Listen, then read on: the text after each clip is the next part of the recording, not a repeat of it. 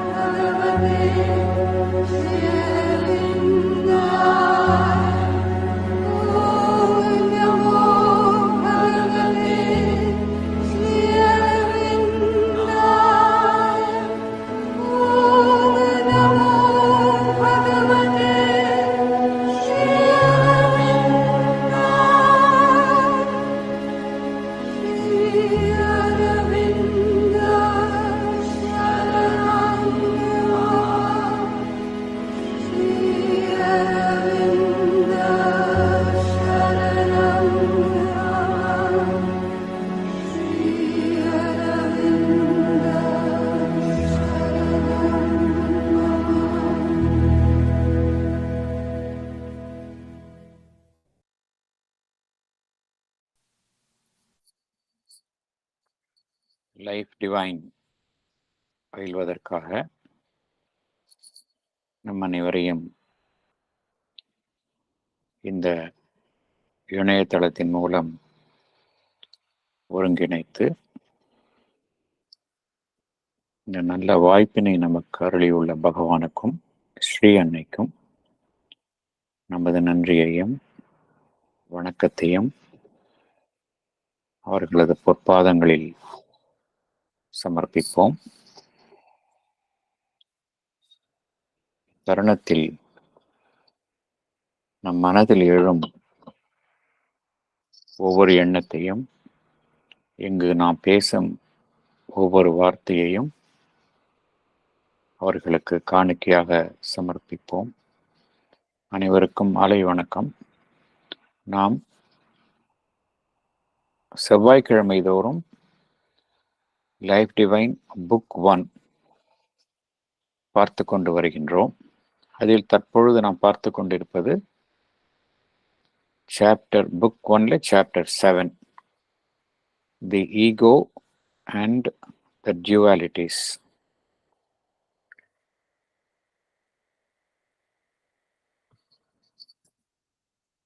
Ego என்றால் நமக்கு தெரியும்,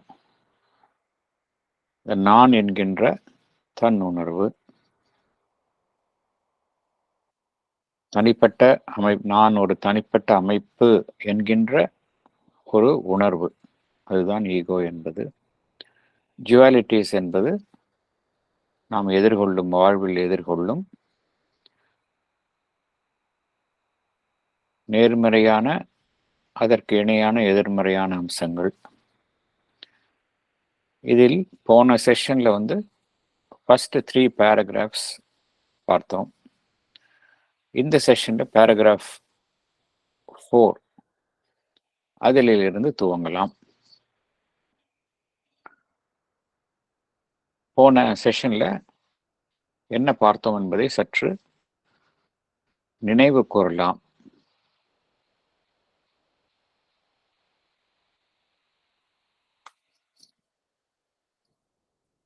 இந்த சாப்டர்னுடைய தலைப்பான இந்த டியூவாலிட்டிஸ், மனிதன் எதிர்கொள்ளும் நேர்மறையான மற்றும் எதிர்மறையான விஷயங்கள், அதுதான் டியூவாலிட்டிஸ். மகிழ்ச்சி, துயரம், இன்பம், வலி, உண்மை, பொய்மை, மரணம், வாழ்வு, இது மனிதனை எதிர்கொள்கின்றது. இந்த எதிர்மறையான விஷயங்கள் ஏன் இருக்க வேண்டும் இந்த உலகத்தில்? அனைத்துமே சச்சிதானந்தாவினுடைய வெளிப்பாடுகள் என்றால் ஏன் இந்த எதிர்மறையான அம்சங்கள் இந்த உலகத்தில் இருக்க வேண்டும் என்கின்ற கேள்வி ஒவ்வொரு மனிதனுக்குமே எழுகின்றது. இது ஒரு நியாயமான கேள்வி.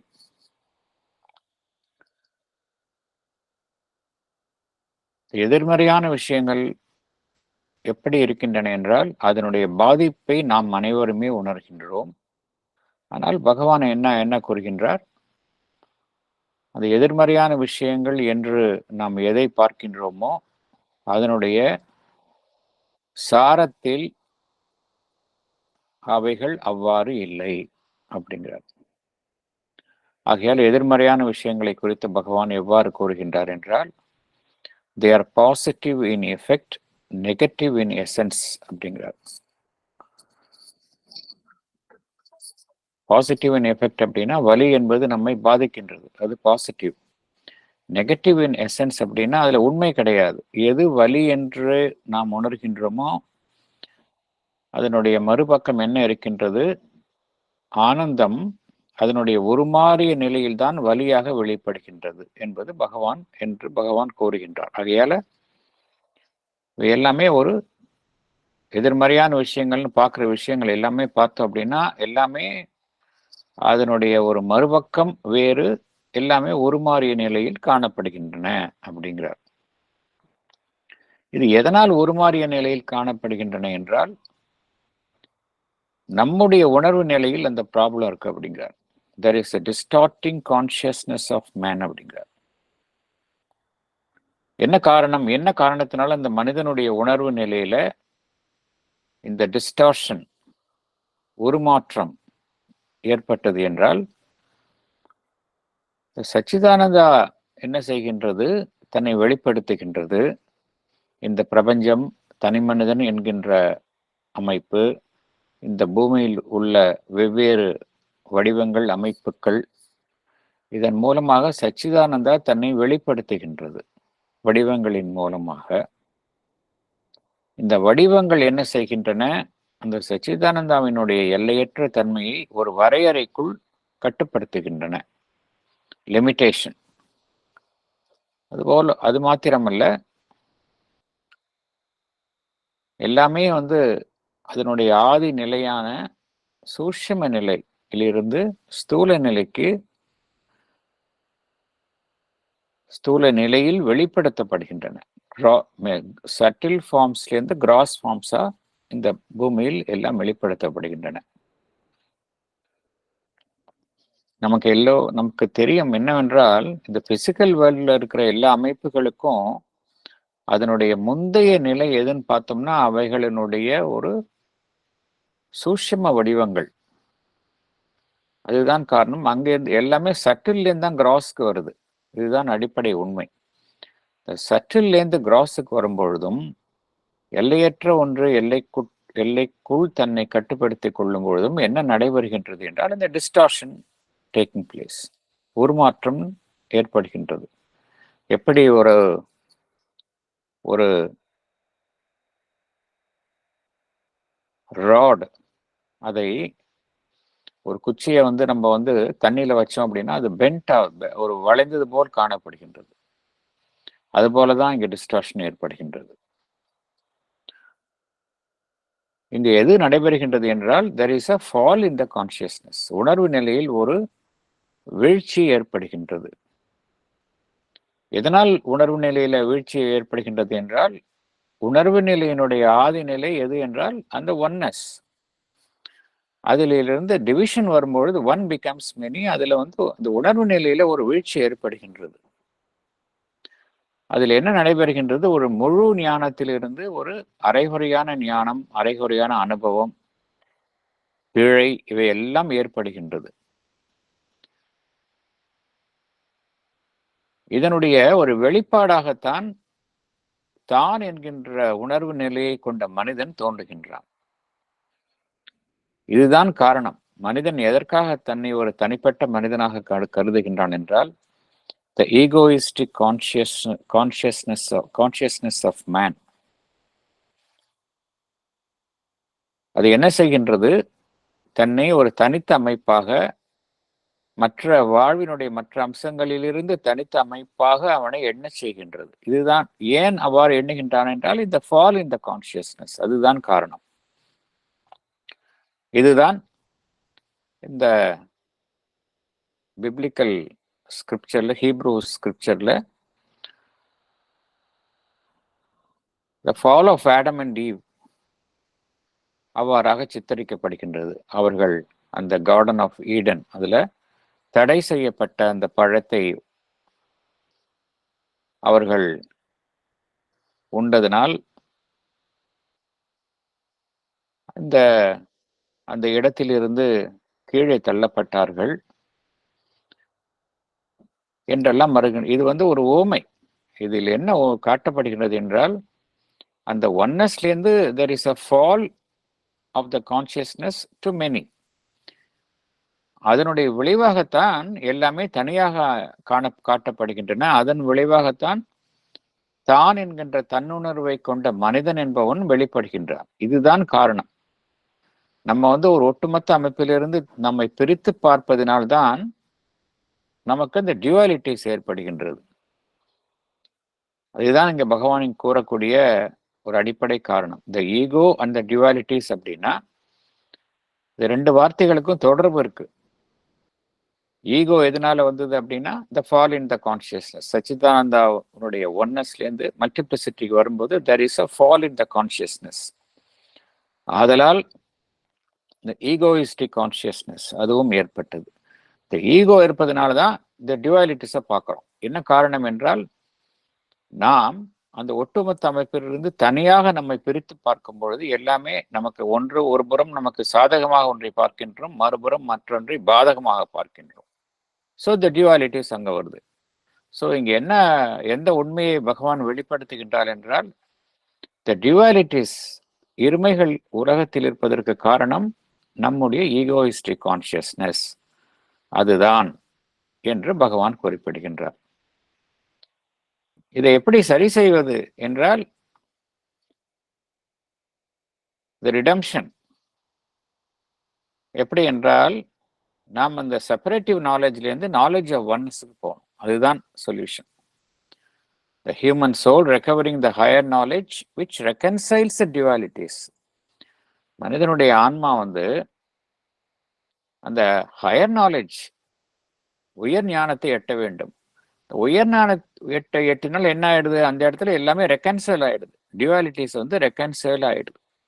ஹையர் நாலேஜ் என்று பகவான் இங்கே குறிப்பிடுவது சூப்ராமென்டல் நாலேஜ். அதுதான் பகவான் குறிப்பிடுகின்றார். அது அடையிற வரைக்கும் as long as man lives in the mind centered around his egoistic consciousness, இந்த ப்ராப்ளம் உலகத்தில் இருந்து கொண்டுதான் இருக்கும். அதுக்கு தான் பகவான் வந்து எதற்காக சூப்பர் மைண்டை நோக்கி போக வேணும்னு சொல்றாருன்னா, உலகத்துல ப்ராப்ளம் சால்வ் ஆகணும் அப்படின்னா மனிதன் வந்து he has to go seek up to the higher knowledge. the mind வந்து அடுத்த நிலைக்கு போகணும். அப்பதான் வந்து சொல்யூஷன்ஸ், பர்மனன்ட் சொல்யூஷன் கிடைக்கும் அப்படிங்கிறார். only the change of consciousness can bring about the permanent solution. உலகத்தில் இது வந்து பகவானுடைய யோகம் வந்து ஒரு தனிப்பட்ட மனிதனுடைய ஒரு முக்திக்காகவோ ஒரு யோக சாதனைக்காகவோ ஏற்படுத்தப்பட்டதில்லை. இந்த உலகத்தை வந்து நம்ம எப்படி மாற்றுவது, சாதாரண வாழ்வை எப்படி ஒரு இறை வாழ்வாக மாற்றுவது, அதுதான் வந்து நோக்கம். அதற்கு ஒன்லி சொல்யூஷன் என்ன பகவான் கூறுகின்றார் என்றால், there should be a change of consciousness. மனிதன் தற்பொழுது தான் சார்ந்துள்ள மியர் மென்டல் நாலேஜ்லேருந்து அந்த ஹையர் நாலேஜுக்கு போகணும். அப்பதான் இந்த டியூவாலிட்டிஸ் எல்லாம் வந்து ரெக்கன்சல் ஆயிடும் அப்படிங்கிறார். Spiritual consciousness.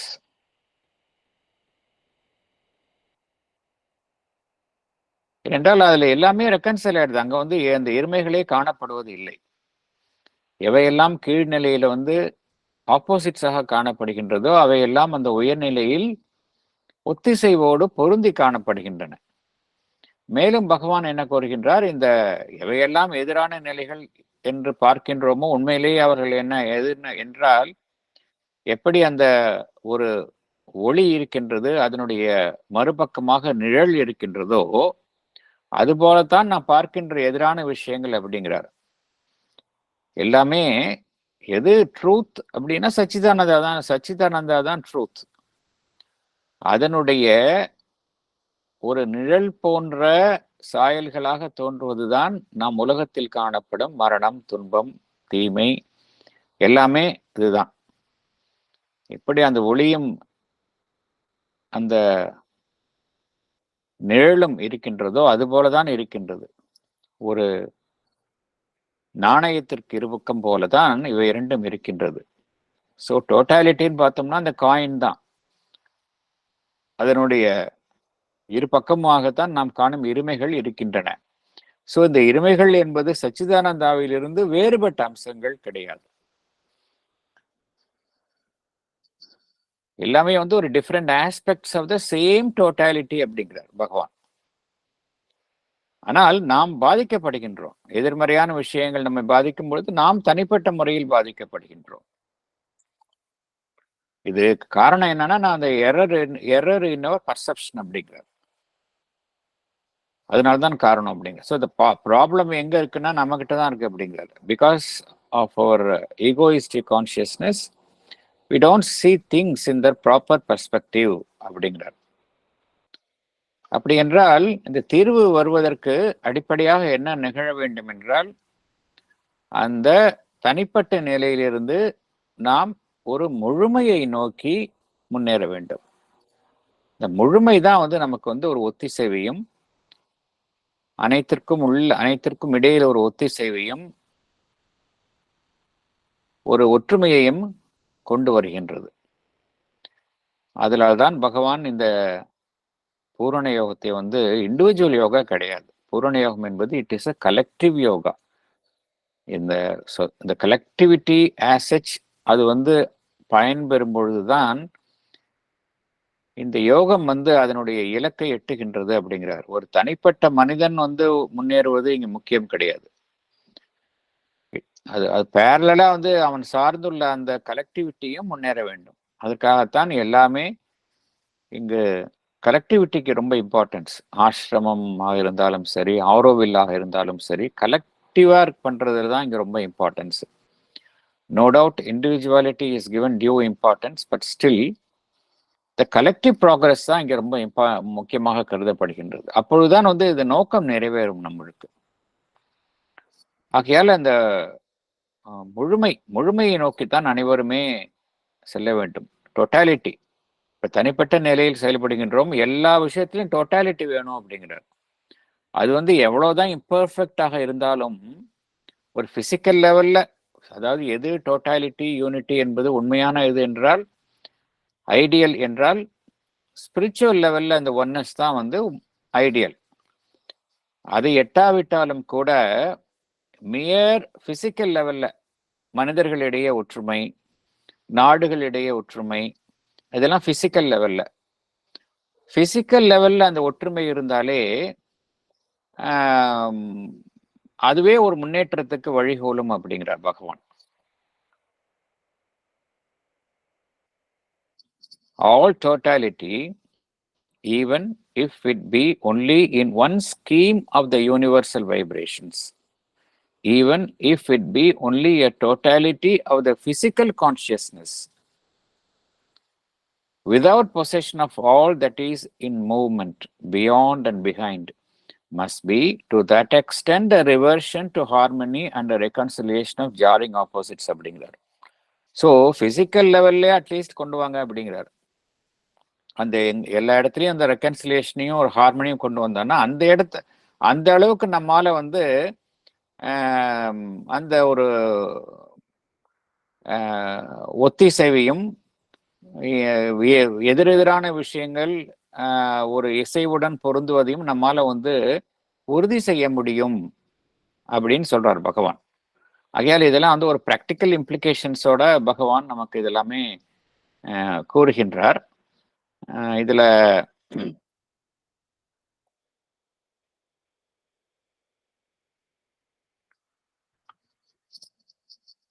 இதற்கு அடிப்படையாக தனி மனிதன் என்ன செய்ய வேண்டும் அப்படின்னா, தனி மனிதன் அந்த முழுமையான அமைப்புகளோடு தன்னை ஒரு இசைவோடு பொருத்தி கொள்ள வேண்டும் அப்படிங்கிறார். நம்ம ஒரு குடும்பத்தில் இருக்கலாம், நம்ம ஒரு சொசைட்டில இருக்கலாம். நம்ம என்ன பண்ணணும் அப்படிங்கிறார் பகவான், individual must harmonise himself with the totality அப்படிங்கிறார். அது செய்யணும் அப்படின்னா அதுக்கு எது அவசியமாகின்றது என்றால், he must rice beyond is egoistic consciousness. அப்பதான் வந்து இந்த அந்த உணர்வு நினைவினால் ஏற்பட்ட பிழைகளை அவனால சரி செய்ய முடியும். ஏனென்றால் அவனுக்கு அந்த ஈகோயிஸ்டிக் கான்சியஸ்னஸ் இருக்கிறதுனாலதான் மனிதன் என்ன செய்கின்றான், அவன் அனைத்துக்கும் ஒரு மதிப்பீடுகளை வழங்குகின்றான். எந்த விஷயம்லாம் அவனுக்கு உகந்ததாக இருக்கின்றதோ அதை அவன் ஏற்றுக்கொள்கின்றான். எவையெல்லாம் அவனிலிருந்து மாறுபட்ட விஷயங்களாக இருக்கின்றதோ அதற்கெல்லாம் வந்து he is assigning certain values, இந்த மதிப்பீடுகளை வழங்குகின்றான். இந்த மதிப்பீடுகளை வழங்கும் பொழுதுதான் இந்த ப்ராப்ளம் வருது. நம்மை பாதிக்கக்கூடிய விஷயங்களை வந்து சில விஷயங்களை நாம் ஒரு இனிமையான விஷயங்களாக கருதுகின்றோம், சில விஷயங்களை நமக்கு வேதனை தருவதாக கருதுகின்றோம், சில விஷயங்களை நன்மையாக கருதுகின்றோம், தீமையாக கருதுகின்றோம். இது எல்லாமே பார்த்தோம் அப்படின்னா பகவான் கூறுவது இதெல்லாமே நம்ம தான் இந்த வேல்யூஸை கொடுக்குறோம் அப்படிங்கிறார். அந்த வேல்யூஸும் மதிப்பீடுகளும் எதனால் வழங்கப்படுகின்றன என்றால், நம்முடைய நான் என்கின்ற தன்னுணர்வு, அந்த ஈகோயிஸ்டிக் கான்சியஸ்னஸ், அதை சார்ந்து வழங்கப்படும் மதிப்பீடுகளாக அமைகின்றன அப்படிங்கிறார். அது வந்து சாதாரண நடைமுறை வாழ்க்கைக்கு அவசியம்தான். அதை நம்ம பகவான் மறுக்கவில்லை. நடைமுறை வாழ்க்கையில naturally we have to have a sense of discrimination வேண்டும். இது நல்லது, தீயது, இவர் நம்பத்தகுந்தவர், அதெல்லாம் ஒரு பிராக்டிக்கல் இதுக்கு வேணும். ஆனால் எதை உணர வேண்டும் என்றால் பகவான் என்ன கூறுகின்றார், இதெல்லாம் வந்து அல்டிமேட்டா இல்லை அப்படின்னு ஒத்துக்கணும், உணர வேண்டும் அப்படிங்கிறார். இவையெல்லாம் இறுதியான மற்றும் அறுதியானவை கிடையாது.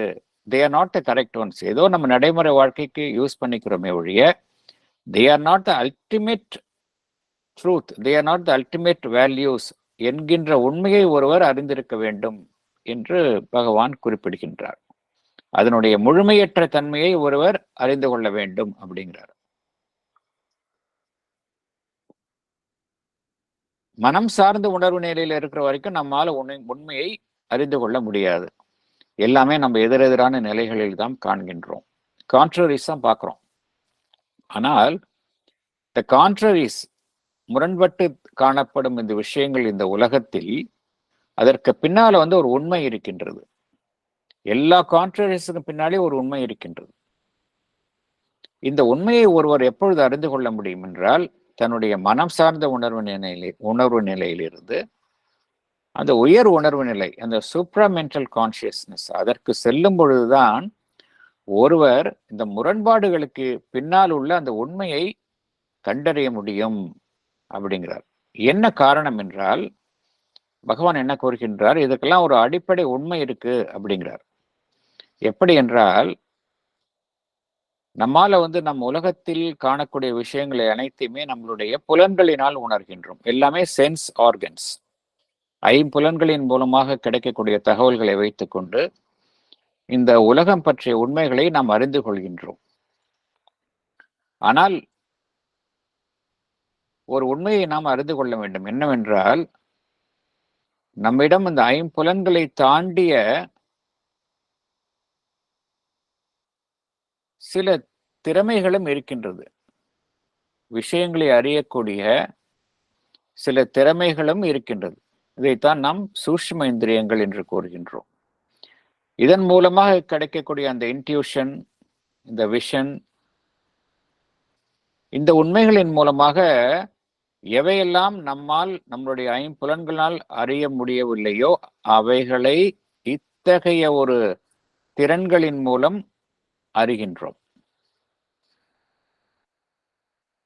அதே போல பகவான் என்ன கூறுகின்றார், எப்படி ஐம்புலன்களை தாண்டிய விஷயங்கள் இருக்கின்றன, அவைகள் மூலமாக நாம் விஷயங்களினுடைய முழு தன்மையை அடைகின்றோமோ அதே போலத்தான் நம்மளுடைய மனம் சார்ந்த உணர்வு நிலை என்பது மாத்திரம் இறுதியானது கிடையாது. There are consciousness which are beyond the mind அப்படிங்கிறார். There are states of consciousness which are beyond the mind அப்படிங்கிறார். அதுக்கு செல்லும் பொழுது எவையெல்லாம் தற்பொழுது எந்த உண்மைகளை நம்மால தற்பொழுது அறிந்து கொள்ள முடியவில்லையோ அந்த உண்மைகளை நாம் அறிந்து கொள்கின்றோம் என்று பகவான் குறிப்பிடுகின்றார். அந்த ஒரு உயர் உணர்வு நிலைக்கு சென்ற பிறகு எப்படி நாம் வாழ்வில் காணும் அனுபவங்கள்லாம் காணப்படுகின்றது என்றால், எவையெல்லாம் நாம் தற்பொழுது எதிர்மறையான விஷயங்களாக பார்க்கின்றோமோ அவைகளை நாம் வேறு விதமாக பார்க்க ஆரம்பித்து விடுகின்றோம் அப்படிங்கிறார். மரணம் என்பதை ஒரு வாழ்வின் முடிவாக நாம் கருதாமல் வாழ்வின் தொடர்ச்சியாக கருத முடியும் அப்படிங்கிறார். Death not as a cessation of life but as a process of continuation of life, immortality என்பதை உணர்கின்றோம் என்று பகவான் குறிப்பிடுகின்றார். அதே போல வலியை நாம் வேதனையின் மறுபக்கமாக, ஆனந்தத்தின் மறுபக்கமாக உணர்கின்றோம் அப்படிங்கிறார். அதே போல எவையெல்லாம் ஒரு வரையறைக்குட்பட்டு செயல்படுவைகளாக காணப்படுகின்றனவோ அவையெல்லாம் நாம் எவ்வாறு உணர்கின்றோம் என்றால், அந்த எல்லையற்ற பரம்பொருள் தன்னை எல்லைக்குள் செயல்படும் ஒரு அம்சமாகத்தான் அவைகளையும் நாம் காண்கின்றோம். எவையெல்லாம் தீமையாக காணப்படுகின்றதோ அந்த தீமையை எவ்வாறு காண முடியும் என்றால், ஒரு நல்லதை நோக்கி நகரும் செல்லும் ஒரு அமைப்பாகத்தான் நாம் தீமையையும் காண முடியும் அப்படிங்கிறார். ஸோ எல்லாத்துக்கு பின்னாடி உள்ள அந்த பாசிட்டிவ் விஷயம் பார்க்க முடியும் அப்படிங்கிறார். இதெல்லாம் பகவான் என்ன கூறுகின்றார், இதெல்லாம் வெறும் அப்டிராக்டான தியரி கிடையாது அப்படிங்கிறார். இதெல்லாம் சும்மா ஒரு கற்பனையாக ஏற்படுத்தப்பட்ட வாதம் கிடையாது அப்படிங்கிறார். இதெல்லாம் உண்மை அப்படிங்கிறார் பகவான். இதெல்லாம் உண்மை. ஒருவர் தன்னுடைய வாழ்வில் தத்துருவமாக இத்தகைய உண்மைகளை உணர முடியும் அப்படிங்கிறார். This is not in abstract conception only, but in actual vision and in constant substantial experience. இந்த உண்மைகளை வெறும் ஒருவர் ஒரு அப்டிராக்ட் கன்செப்ஷனாக மாத்திரம் உணர்வது இல்லை, தத்துருவமாக அவருடைய வாழ்வில் நேரடி அனுபவமாக ஒருவர் உணர முடியும் அப்படிங்கிறார். இதை ஒரு தனி மனிதன் ஒருவர் அடைய வேண்டும் என்றால் இதற்கு தவிர்க்க முடியாத இன்றியமையாதது என்னவென்றால், தன்னைத்தானே ஒரு மனிதன் ஒரு பூரணமான நிலைக்கு உயர்த்தி கொள்ள வேண்டும் அப்படிங்கிறார். To arrive at such states of consciousness, அதாவது ஒரு உயர் உணர்வு நிலைக்கு செல்வதற்கு to arrive at such states of consciousness may for the individual be one of the most important and indispensable steps of his progress towards self-perfection. அதாவது அந்த உயர் உணர்வு நிலைக்கு செல்வதுதான் ஒரு மனிதன் தன்னை பூரணமான நிலைக்கு உயர்த்தி கொள்வதற்கான ஒரு அடிப்படை அம்சமாக இருக்கும் அப்படிங்கிறார். ஒருவன் தன்னை ஒரு செல்ஃப் பர்ஃபெக்ஷன், தன்னை ஒரு முழுமையான நிலைக்கு மாற்றிக்கொள்ள அது குறித்த முன்னேற்றத்தில் அவன் ஈடுபடுகின்றான். அதுல மனிதனுடைய இலக்கு என்னவாக இருக்க வேண்டும் என்றால் ஒரு உயர் உணர்வு நிலை எட்ட வேண்டும். அதுதான் தன்னை பரிபூரணமாக ஒரு பூரணத்துவத்தை எட்டுவதற்கு அதுதான் வழி செய்யும் என்று குறிப்பிடுகின்றார். அது என்னவென்றால் அதுதான் சூப்ராமெண்டல் கான்சியஸ்னஸ், அட்லீஸ்ட் மைண்டை தாண்டி ஒருவர் செல்ல வேண்டும் என்று குறிப்பிடுகின்றார். இப்போ பேராகிராஃப் 4லேருந்து நம்ம உள்ள போகலாம். நம்ம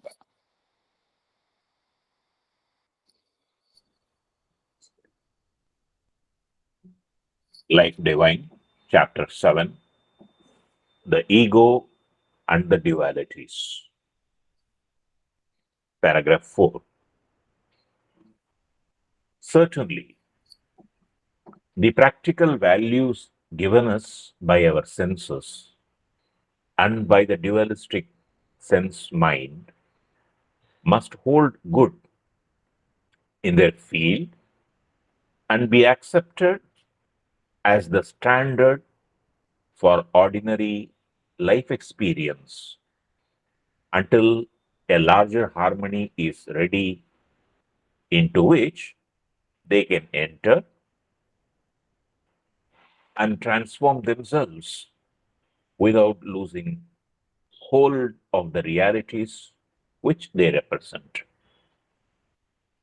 To enlarge the sense faculties without the knowledge that would give the old sense values their right interpretation from the new standpoint might lead to serious disorders and incapacities,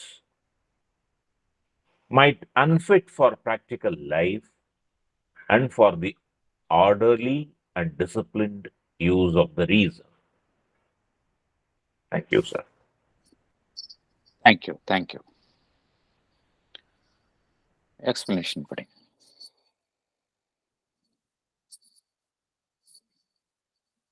படிக்கட்டுமாங்க sir? படிங்க madam.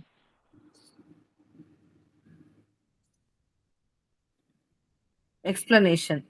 The practical values given by our senses must hold good until a larger harmony is established. We have seen in the previous paragraph that man can reconcile the opposite terms of dualities and harmonize them as he reaches higher states of consciousness beyond his ordinary sense mind. But it is a practical fact that for a man to lead his day to day life, his senses serve as valuable tools. Through them, he gives values to things and events around him as good and bad, true and false, etc. Sri Aurobindo makes it very clear here that man, in his attempt to reach a higher level of consciousness, should never sidestep his sense mind. Its practical importance should be preserved until a larger harmony is established with a higher level of consciousness. In that case, the lower sense mind will not cease to be functional but will be transformed by the higher state of consciousness. The lower will be included in the higher, still retaining its practical reality. In a higher state of consciousness, man may enlarge his sense faculties. However, while attaining this new status, the old sense values should be rightly interpreted. This knowledge should be a part of his improved sense faculties. If this knowledge is not there, his expanded sense faculties will not be of any practical use. This will only lead to serious disorders and incapacities. Man will be unfit to lead his day to day life. He cannot be a man of reason with discipline and order. For example, man has invented many improved methods of his mobility like bicycle, motorized vehicles, aeroplanes, etc. Still, his basic skill to walk cannot be done away with. Thank you, sir. Thank you madam, thank you.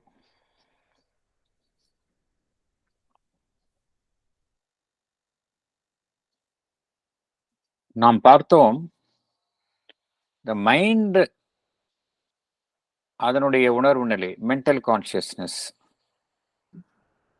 இதுல இருக்கிற வரைக்கும் தான் இதுல இருக்கிற வரைக்கும் நமக்கு இதனால் வழங்கப்படும் மதிப்பீடுகள், அதுல பிழை இருக்கின்றது, நம்ம முரண்பாடுகளை காண்கின்றோம் என்று பார்த்தோம். அதனால ஒரு ஹையர் லெவல் ஆஃப் கான்சியஸ்னஸுக்கு செல்ல வேண்டும் அப்படிங்கிறதையும் பார்த்தோம். தற்பொழுது வழங்கப்படும் மதிப்பீடுகள் எல்லாமே நம்மளுடைய சென்ஸ் மைண்ட், ஐம்புலன்கள், அதனால் அறியப்படும் தகவல்கள், அதை பொறுத்து அமைந்துள்ளன. இதற்கு உயர் உணர்வு நிலையில செல்லும் பொழுது வேறுபடுகின்றன அப்படிங்கிறதை பார்த்தோம். இந்த உயர் உணர்வு நிலைக்கு சென்றவுடன் நாம் தற்பொழுது இருக்கும் இந்த ஒரு நிலை, இந்த ஒரு ஸ்டேஜ், இதை நாம் இழந்து விடலாமா அல்லது விலக்கி விடலாமா?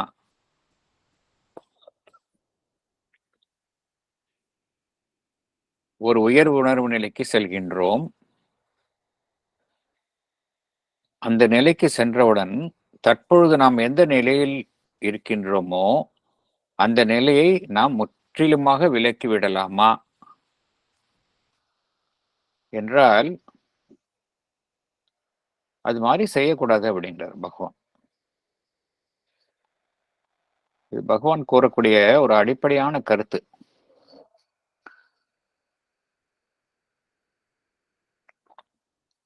பகவானினுடைய யோகத்துல இந்த கருத்து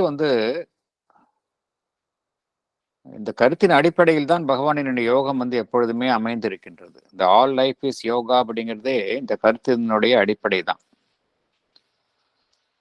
இந்த லோவர்ல இருந்து ஹையர் போகும் பொழுது இந்த லோயரை நம்ம விளக்க முடியாது. இந்த லோவர் இன்க்ளூட் பண்ணிட்டு தான் மேலே போகணும். அதுக்கு அடுத்த லெவலுக்கு போனோம்னா அந்த கீழே இருக்கிற லோயர் எகைன் இன்க்ளூட் பண்ணணும். இதில் எக்ஸ்க்ளூஷனே கிடையாது. இங்க மேலே செல்லலாமே ஒழிய அது விளக்குதல் கிடையாது.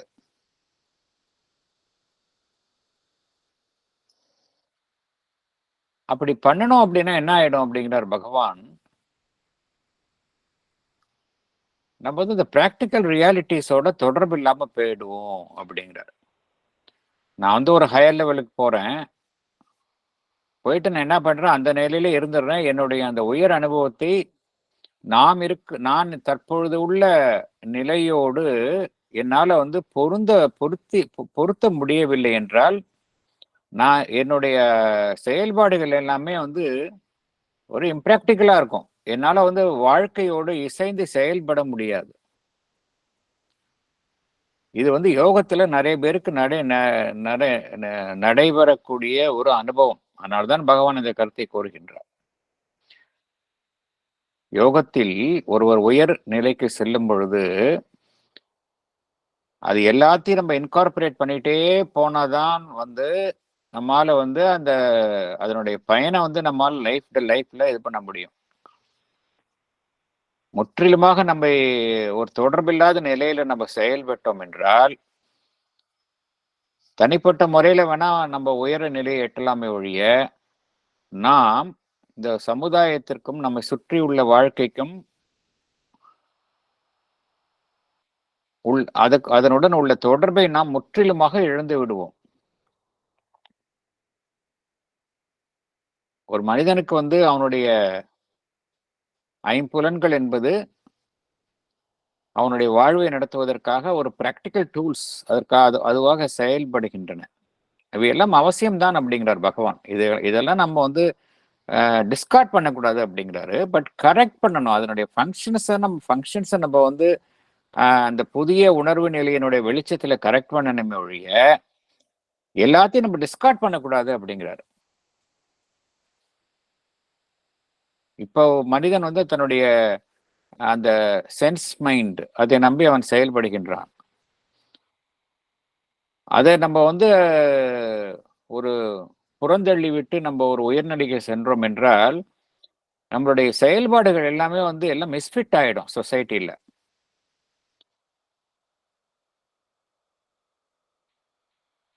ஆகையால் பகவான் இங்க என்ன கோருகின்றார், இந்த கீழுள்ள நிலை, கீழுள்ள மனம் என்பது நம்ம உயர்நிலைக்கு சென்றவுடன் கீழுள்ள மனம் என்பது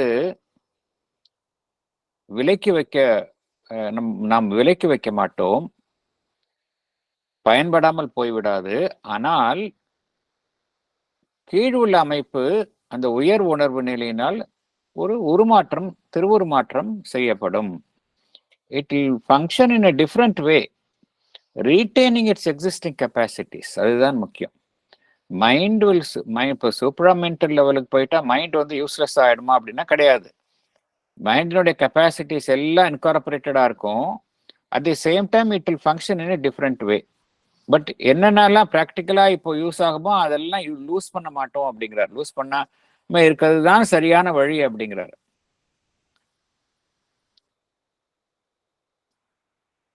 இந்த ஓல்டு சென்ஸ் வேல்யூஸ் வந்து அதை வந்து சரியான கண்ணோட்டத்தில் நாம் பார்க்கணும் அப்படிங்கிறார். அதை வந்து முற்றிலுமாக நாம் தவிர்க்க கூடாது அப்படிங்கிறார். இப்ப என்ன நம்மளுக்கு நாலேஜ் இருக்கோ அதை வந்து நம்ம வந்து அதை சரியான முறையில நம்ம உயர் நிலைக்கு செல்லும் பொழுது பொருத்தி கொள்ள வேண்டும், அதனோட பொருத்தி கொள்ள வேண்டும் அப்படிங்கிறார். ஒரு உயர் உணர்வு நிலைக்கு சென்று விட்டோம் என்ற காரணத்திற்காக தற்பொழுது நாம் இவையெல்லாம் அந்த ஒரு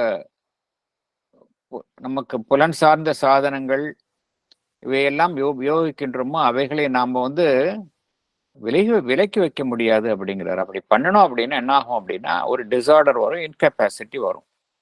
மனிதனால வந்து நடைமுறை வாழ்க்கையை வாழ முடியாது.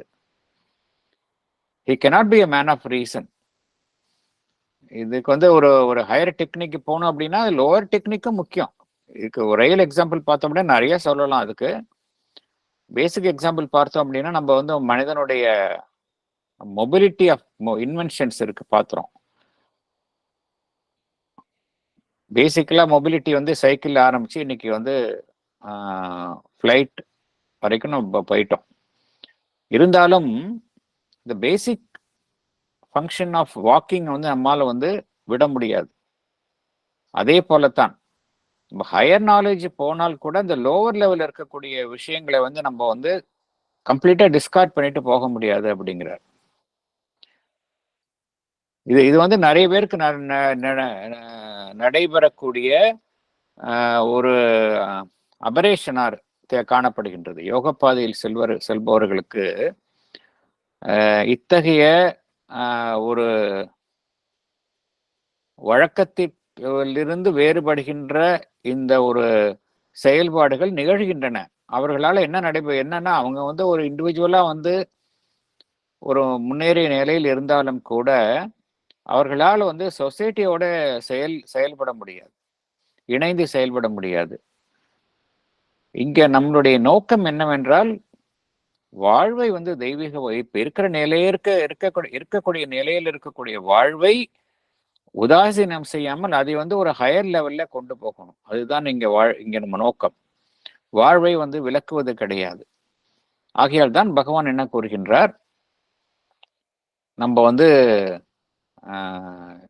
கீழே என்ன நிலைமையில இருக்கிறோமோ அதை வந்து நம்ம விடாம மேலே செல்லும் பொழுது அதை வந்து நம்மளுடைய அது இன்க்ளூசிவா தான் போகணும் அப்படிங்கிறாரு. ஒவ்வொரு நிலையிலும் கீழ் உள்ள நிலையை நம்ம வந்து இன்க்ளூட் பண்ணிட்டே தான் மேல போகணும் அப்படிங்கிறாரு.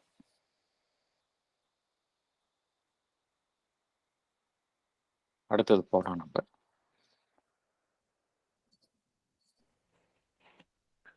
Equally, an enlargement of our mental consciousness out of the experience of the egoistic dualities into an unregulated unity with some form of total consciousness might easily bring about a confusion and incapacity for the active life of humanity in the established order of the world's relativities. This, no doubt, is the root of the injunction imposed in the Gita on the man who has the knowledge not to disturb the life basis and thought basis of the ignorant. For, impelled by his example, but unable to comprehend the principle of his action, they would lose their own system of values without arriving at a higher foundation. Thank you, sir. Thank you, sir. Explanation படிங்க. Can I read, sir? Yes, please. Explanation. Enlargement of our consciousness should not lead to an unregulated unity causing confusion and incapacity. The enlargement of consciousness enables man to rise beyond his dualistic mind, which is bound by his ego. He may unite himself with a total consciousness, but if this unity with the higher one is not properly regulated, it may lead to confusion and incapacity. It will create a disturbance in the established order of his present worldly life. Here, Sri Aurobindo makes a reference to the instruction given by the Gita to the men with higher knowledge. As compared to them, there are people who live in ignorance. Wise man should not give his higher knowledge to the ignorant without sufficiently preparing him. Otherwise, it would shake the basis on which life and thought of the ignorant are founded. Those who are still ignorant, when forced to follow the example of men with knowledge, will lose their own system of values, because the action of men with knowledge is based on a higher foundation with some other principle which the ignorant may not know of. Here, we can take the example of a trained swimmer forcing a man who is still a learner to swim across the river. Within bracket, it is very relevant to know that the mother has said about this, with inverted comma, in order to set out on new and unexplored paths towards higher realities without fear and without any danger, one must have organized his being with the help of reason in such a way that it is inwardly in his control. Only when he does what he wants, knows what he wants, and is able to direct himself with certitude, one can go forward on the supra-rational, that is, beyond sense mind, paths fearlessly. Collected words of my mother, volume 7, page 177 to 80. Thank you, sir. No, two more Also, are left. left. Within bracket. An example of this was the hippie movement in the West. The mother had some praise for them.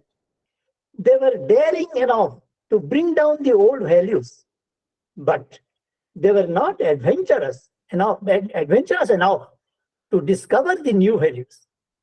Within bracket. Also, please refer to chapter 2, the materialist denial.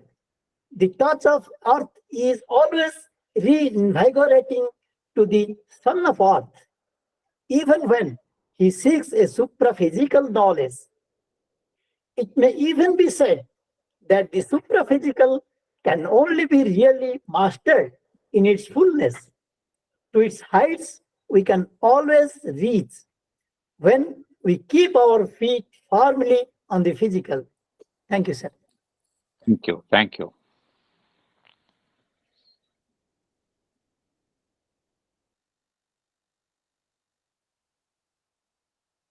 இந்த consciousness வந்து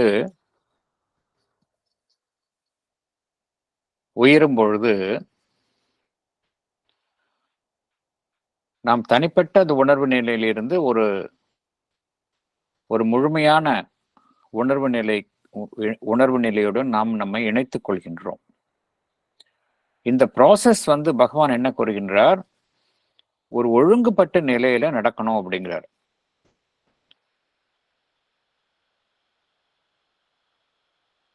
இந்த கருத்தும் நம்ம ஏற்கனவே பார்த்திருக்கின்றோம். ஒரு மனிதன் வந்து தனிப்பட்ட உணர்வு நிலையில் இருக்கும் பொழுது இண்டிவிஜுவல் கான்சியஸ்னஸ்ல இருக்கின்றான். பிரபஞ்சம் தழுவிய உணர்வு நிலையுடன் இணையும் பொழுது he is getting that cosmic consciousness. பகவான் என்ன கூறுகின்றார், ஒருவர் காஸ்மிக் கான்சியஸ்னஸ் அந்த நிலையை எட்டிய பின்பும் கூட அந்த இண்டிவிஜுவல் அதனுடைய அந்த தன்மையையும் ஒரு மனிதனால் இருத்திக் கொள்ள முடியும். அது மாத்திரமல்ல, அந்த தனிப்பட்ட மனிதனுக்கும் அந்த எல்லாம் கடந்த நிலையில் இருக்கக்கூடிய அந்த டிரான்சென்டென்ட் அதனுடனான அந்த தொடர்பும் ஒரு மனிதனுக்கு எப்பொழுதுமே இருக்கும்.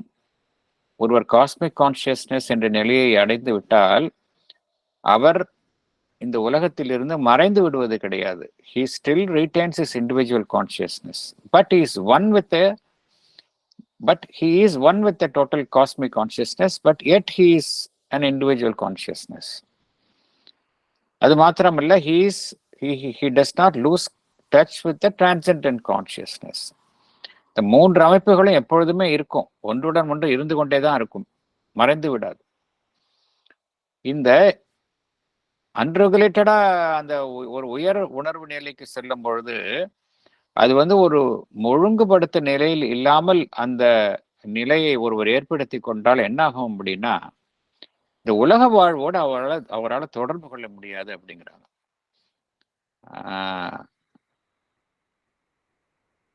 இதுக்கு நிறைய எக்ஸாம்பிள்ஸ் இருக்குது. ஈவன் இந்த யோகத்திலேயே கூட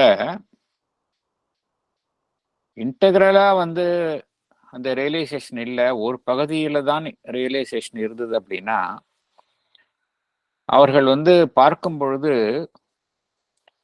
அவர்களுடைய நடையுடை பாவனைகள் எல்லாமே சாதாரண வாழ்க்கையோடு அவர்களால வந்து நம்ம ஈடுபட முடியாத நிலைக்குத்தான் இருக்கும். இதைத்தான் பலாவத் என்று கூறுவார்கள். சில பேருக்கு பார்த்தோம் அப்படின்னா குழந்தை போல சிரித்து கொண்டே இருப்பார்கள். இன்வர்டா ரொம்ப ரியலைஸ் பண்ணியிருப்பாங்க, ஆனால் எப்பொழுதுமே குழந்தை போன்று சிரித்து கொண்டே இருப்பார்கள். பலாவத் என்பது. ஜடாவட்னா எப்படின்னா ஒரு ஜடம் போலதான் இருப்பாங்க அவங்க, ஆனா அவங்க உள்ளுக்குள்ள ரொம்ப ஹையா ரியலைஸ் ஆயிருப்பாங்க. உன்மத்தாவட்னு இன்னொரு ஸ்டேட்டஸ் இருக்கு. அது எப்படின்னா அவர்களுடைய திங்கிங் செயல்பாடுகள் எல்லாம் வந்து இன்கோஹியரண்டா இருக்கும். அதான் உன்மத்தாவத். அடுத்தது பிசாச்சவத்துன்னு சொல்லுவாங்க. அது எப்படின்னா மேட் பீப்புள் போல இருப்பாங்க, but they are also realised people. இதெல்லாம் என்ன காரணத்தினால் நடைபெறுகின்றது என்றால் இவர்களெல்லாம் நிறைய உதாரணங்கள் இருக்கு. நிறைய யோகிகள் ஞானிகள்லாம் இந்த நிலையில் இருக்கிறாங்க, இந்தியாவில் இருக்கின்றார்கள், இருந்துள்ளார்கள், இன்னும் இருக்கின்றார்கள். இதெல்லாம் என்ன காரணத்தினால நடைபெறுகின்றது என்றால் இந்த காரணத்தினாலதான். அவங்க வந்து ஒரு லெவல்ல ஐக்கியமாயிருப்பாங்க, மற்ற லெவல்ல வந்து அது இன்டெகிரலா இருக்காது. அந்த ரியலைசேஷன் வந்து இன்டெகிரல் அல்ல, but they are in a high state. அவர்களால் நடைமுறை வாழ்க்கையோட அவரால் ஒத்துப்போக முடியாது. ஆனால் பகவான் அந்த நிலையை வந்து என்ன சொல்றாரு, அந்த நிலையை கரெக்ட் பண்ணிக்கணும் அப்படிங்கிறாரு. அது மாதிரி இருக்கக்கூடிய நிலையை பகவான் இங்கு நியாயப்படுத்தவில்லை. அவர் என்ன சொல்றார், பகவான் என்ன சொல்றார், என்ன கூறுகின்றார், நம்ம வந்து அதை ரெகுலேட் பண்ணிக்கணும் அப்படிங்கிறார். நம்ம வந்து ஒரு ஹையர் லெவலுக்கு போகும் பொழுது அது வந்து ஒரு பூரணமா இருக்கணும், இன்டெகிரலா இருக்கணுமே ஒழிய ஒரு பகுதியாக இருந்தோம்னா இது மாதிரி ஒரு நடைமுறை வாழ்க்கையோடு ஒத்துப்போகாத நிலைக்கு தான் ஒரு மனிதன் இருப்பான் அப்படிங்கிறார். இதற்கு பகவான் வந்து அது இன்னொரு காரணம் என்ன அப்படின்னா, ஒரு ஹையர் லெவலுக்கு போயிட்டு கீழ்நிலையில் இருக்கிறத நம்ம இன்டகிரேட் பண்ணிக்கல அப்படின்னா ரெண்டுமே பொருந்தாத நிலைக்கு போயிடும். சில சமயம் பார்த்தோம் அப்படின்னா நம்ம வந்து ஒரு பக்குவம் அடையாத நிலையில் இருக்கிறவங்கள்ட்ட போயிட்டு ஒரு உயரான விஷயத்தை வந்து நம்ம வந்து இம்போஸ் பண்ணோம் திணித்தோம் என்றால் அவர்களுடைய ஒரு எஸ்டாப்ளிஷ்ட் ஆர்டர் ஆஃப் திங்ஸ் அது வந்து நிலை குலைந்து விடும். They will lose their balance. அதற்காகத்தான் பகவான் இங்க என்ன கோருகின்றார், அந்த கீதையிலிருந்து பகவான் அதனுடைய அறிவுறுத்தப்பட்ட விஷயம் என்னவென்றால், இந்த உயர் விஷயங்களை உயர் ஞானத்தை உடையவர்கள் வந்து அந்த விஷயத்தை வந்து அந்த அளவுக்கு எட்டாதவர்களிடம் பகிர்ந்து கொள்ளும் பொழுது ஜாக்கிரதையாக பகிர்ந்து கொள்ள வேண்டும். அவர்களை சரியான முறையில் தயார் செய்யாமல் அந்த உயர்வான விஷயத்தை பகிர்ந்து கொண்டால் என்ன நடைபெறும் என்றால் அவர்களுடைய ஒரு அந்த பேஸ், அது ஒரு அடித்தளம், அது வந்து டிஸ்டர்ப் ஆகும் அப்படிங்கிறார். அப்படின்னு இங்க கீதையிலிருந்து பகவான் மேற்கோள் காட்டுகின்றார். ஏனென்றால் அவர்கள் வந்து அறியாமையில் இருப்பவர்கள்ட்ட வந்து ஒரு ஹையர் நாலேஜை சடனா நம்ம வந்து இன்ட்ரடியூஸ் பண்ணோம் அப்படின்னா, சஃபிஷியண்டா அவங்கள தயார் செய்யாமல் சடனா ஒரு ஹையர் நாலேஜை வந்து நம்ம இன்ட்ரடியூஸ் பண்ணணும் அப்படின்னா நேச்சுரலி அவங்களுடைய எக்ஸிஸ்டிங் அந்த பேலன்ஸ், அந்த ஒரு சமநிலையை கெட்டுவிடும் அப்படிங்கிறாங்க. என்ன காரணம் என்றால், the higher knowledge is based on some other principles. அதை இவர்கள் வந்து சரியான முறையில் புரிந்து கொள்ளாமல் அதை அறிந்து கொள்ளும் பொழுது அவர்களுடைய they lose their balance.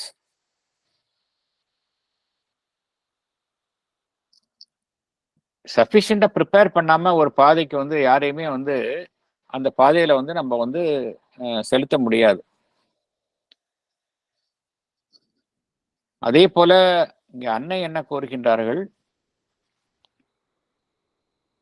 நம்ம வந்து ஒரு ஹையர் லெவலுக்கு போகணும் அப்படின்னா ஒரு மனதை தாண்டிய ஒரு விஷயங்கள் எல்லாமே, இந்த ஹையர் லெவல் அப்படிங்கிறது மனதை தாண்டி இருக்கக்கூடிய விஷயங்கள். அவ்வாறு செல்வதற்கு முன்னால ஒரு மனிதன் என்ன செய்ய வேண்டும், தன்னுடைய ஜீவனை தற்பொழுது அவனுக்கு கிடைத்துள்ள அந்த அறிவை வைத்துக்கொண்டு சரியான முறையில் ஒழுங்கமைக்க வேண்டும். ஒழுங்கமைத்து தன்னை ஸ்திரப்படுத்திக் கொள்ள வேண்டும். அப்பொழுதுதான் அவனால் வந்து அந்த உயர் உணர்வு நிலையை ஒரு நம்பிக்கையுடன் அவனால் எட்ட முடியும் அப்படிங்கிறாங்க மதர். மேலும் வந்து அன்னை வேறொரு இடத்திலும் கூறியுள்ளார்கள். என்ன கூறியுள்ளார்கள் என்றால், ஆன்மீக பயணத்துல வந்து நம்ம என்ன ஒரு அடிப்படை ஒரு விதியை கடைபிடிக்க வேண்டும் என்றால், மனிதனுக்கு வழங்கப்பட்டுள்ளது தற்சமயம் அறிவு என்கின்ற ஒரு மிக வல்லமை பொருந்திய ஒரு கருவி. அந்த அறிவை வந்து புறக்கணிக்காதீங்க. Till your psychic being takes control. நம்மளுடைய சைத்திய புருஷன்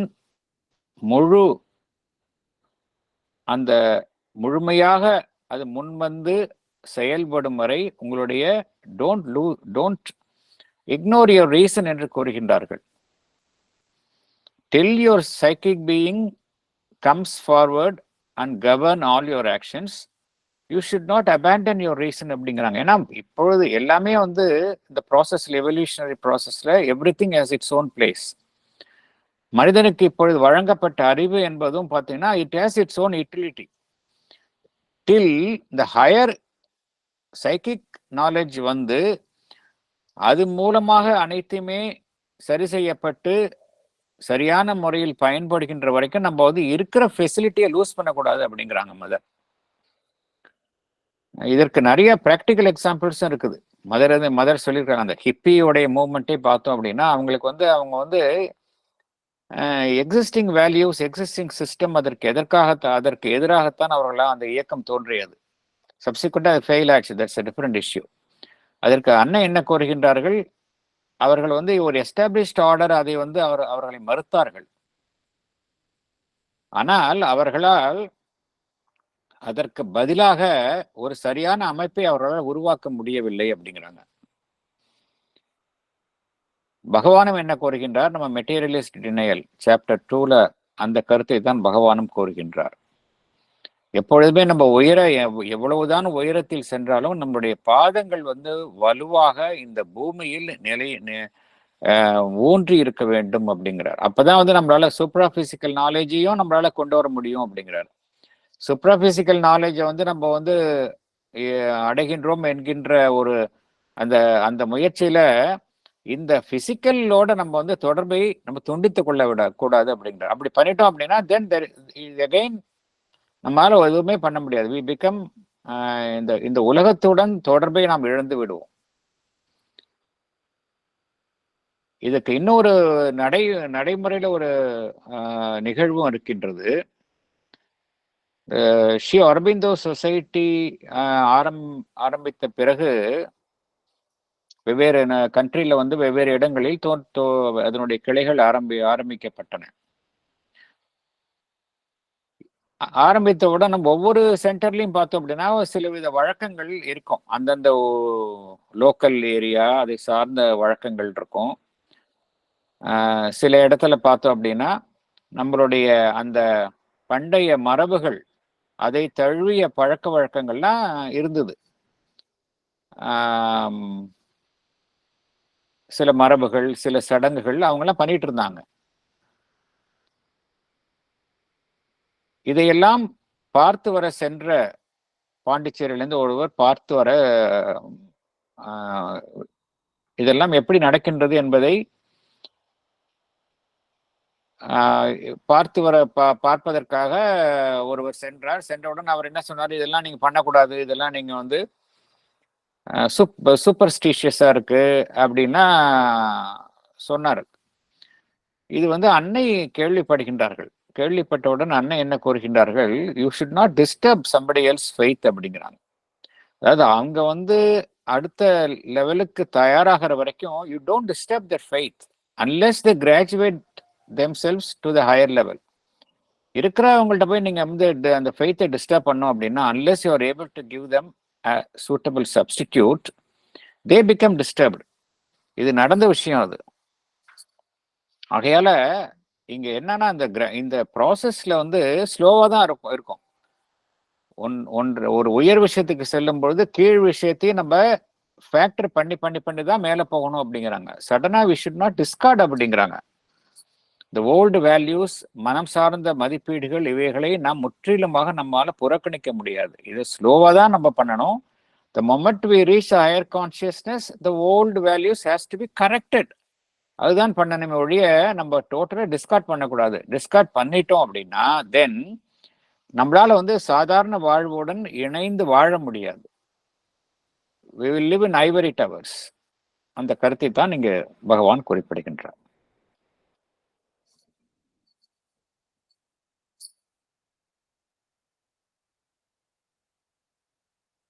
Paragraph 5 போலாம் நம்ம. Paragraph 5.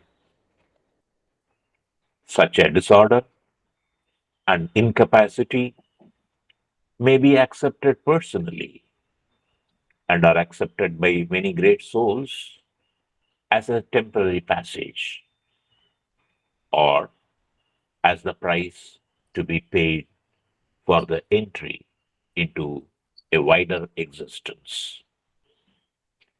But the right goal of human progress must be always an effective and synthetic reinterpretation by which the law of that wider existence may be represented in a new order of truths and in a more just and puissant working of the faculties on the life material of the universe. Thank you, sir. Explanation. படிக்கட்டுங்களாங்க sir? படிங்க madam. Explanation. The right goal is an effective and synthetic reinterpretation. Many great souls who had reached the higher status of consciousness had accepted this disorder and incapacity, their inability to deal with the life on the material plane, as a necessary price they had to pay for their progress. However, Sri Aurobindo says that the goal of man's progress is to evolve a new order of truth which represent his widened consciousness. This new order must be based on an effective and synthetic, combining all reinterpretation, statement of facts in newer light of truths. They should strengthen the workings of the faculties of men on the day-to-day material plan of life. நன்றிங்க sir. Thank you madam, thank you. ஆன்மீக வாழ்வு அப்படின்னாலே சொசைட்டியில் என்ன ஒரு பொதுவாக ஒரு தவறான எண்ணம் இருக்கின்றது என்றால், ஆன்மீக வாழ்வு அப்படின்னாலே அவங்க வந்து சாதாரண வாழ்வில் இருக்கும் அவங்களுக்கு சம்பந்தம் கிடையாது. தே cannot deal with ordinary life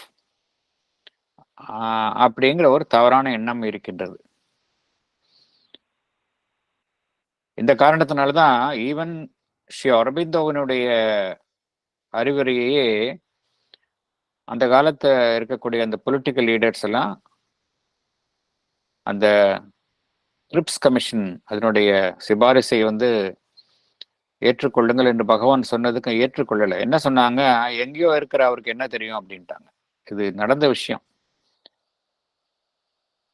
அவர் வந்து அரசியலேருந்து விலகி இருக்கிறாரு, எங்கேயோ இருக்கிறாரு, அவருக்கு எப்படி தெரியும் இதெல்லாம் அப்படின்னு அப்ப இருந்த த சோ கால்டு நாலேஜபிள் பொலிட்டீஷியன்ஸ், அரசியல் தலைவர்கள் எல்லாம் பகவானினுடைய கருத்தை ஏற்றுக்கொள்ளவில்லை. என்ன காரணம்னா, ஒரு பாப்புலர் பெர்செப்ஷன் என்ன அப்படின்னா, ஒரு பெரிய ஒரு ஆன்மீக லெவலில் இருக்கிறவருக்கு நடைமுறை வாழ்க்கையோட ஒரு தொடர்பே இருக்காது அப்படிங்கிற ஒரு ராங் பர்செப்ஷன். என்ன காரணம், அது ஏன் இந்த ராங் பர்செப்ஷன் இருக்கு அப்படின்னா, அது மாதிரி இருக்க பெரிய உயர்நிலையை எட்டியவர்கள் பார்த்தோம் அப்படின்னா, சில இந்த அவர்களுடைய வழக்கத்திற்கு மாறாக இருக்கக்கூடிய அந்த நிலையை அவர்கள் தெரிந்தே ஏற்றுக்கொண்டார்கள். அவர்களுக்கு தெரியும் நம்மால வந்து, ஏனென்றால் அதை வந்து தான் அடையக்கூடிய ஒரு உயர்நிலைக்கு பரிசாக அவர்கள் எண்ணினார்கள், அதற்கான ஒரு விலையாக அவர்கள் எண்ணினார்கள். நிறைய பார்க்கிறோம், நம்ம நிறைய ஆன்மீக புருஷர்களை பார்க்கின்றோம், பெரிய உயர்வான நிலையை எட்டியவர்களை எல்லாம் பார்க்கின்றோம். அவர்களெல்லாம் பார்த்தோம் அப்படின்னா, வெளிப்புற பார்வையில பார்த்தோம் அப்படின்னா ரொம்ப சாதாரண மனிதனுடைய வாழ்க்கைக்கும் அவர்கள் வாழ்க்கைக்கும் முற்றிலும் புறம்பாக இருக்கும்.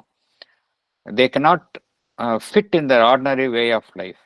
நிறைய, ஆனால் அவர்களெல்லாம் மிகப்பெரிய ஞானிகள், உயர்ந்த ஆன்மீக புருஷர்கள்.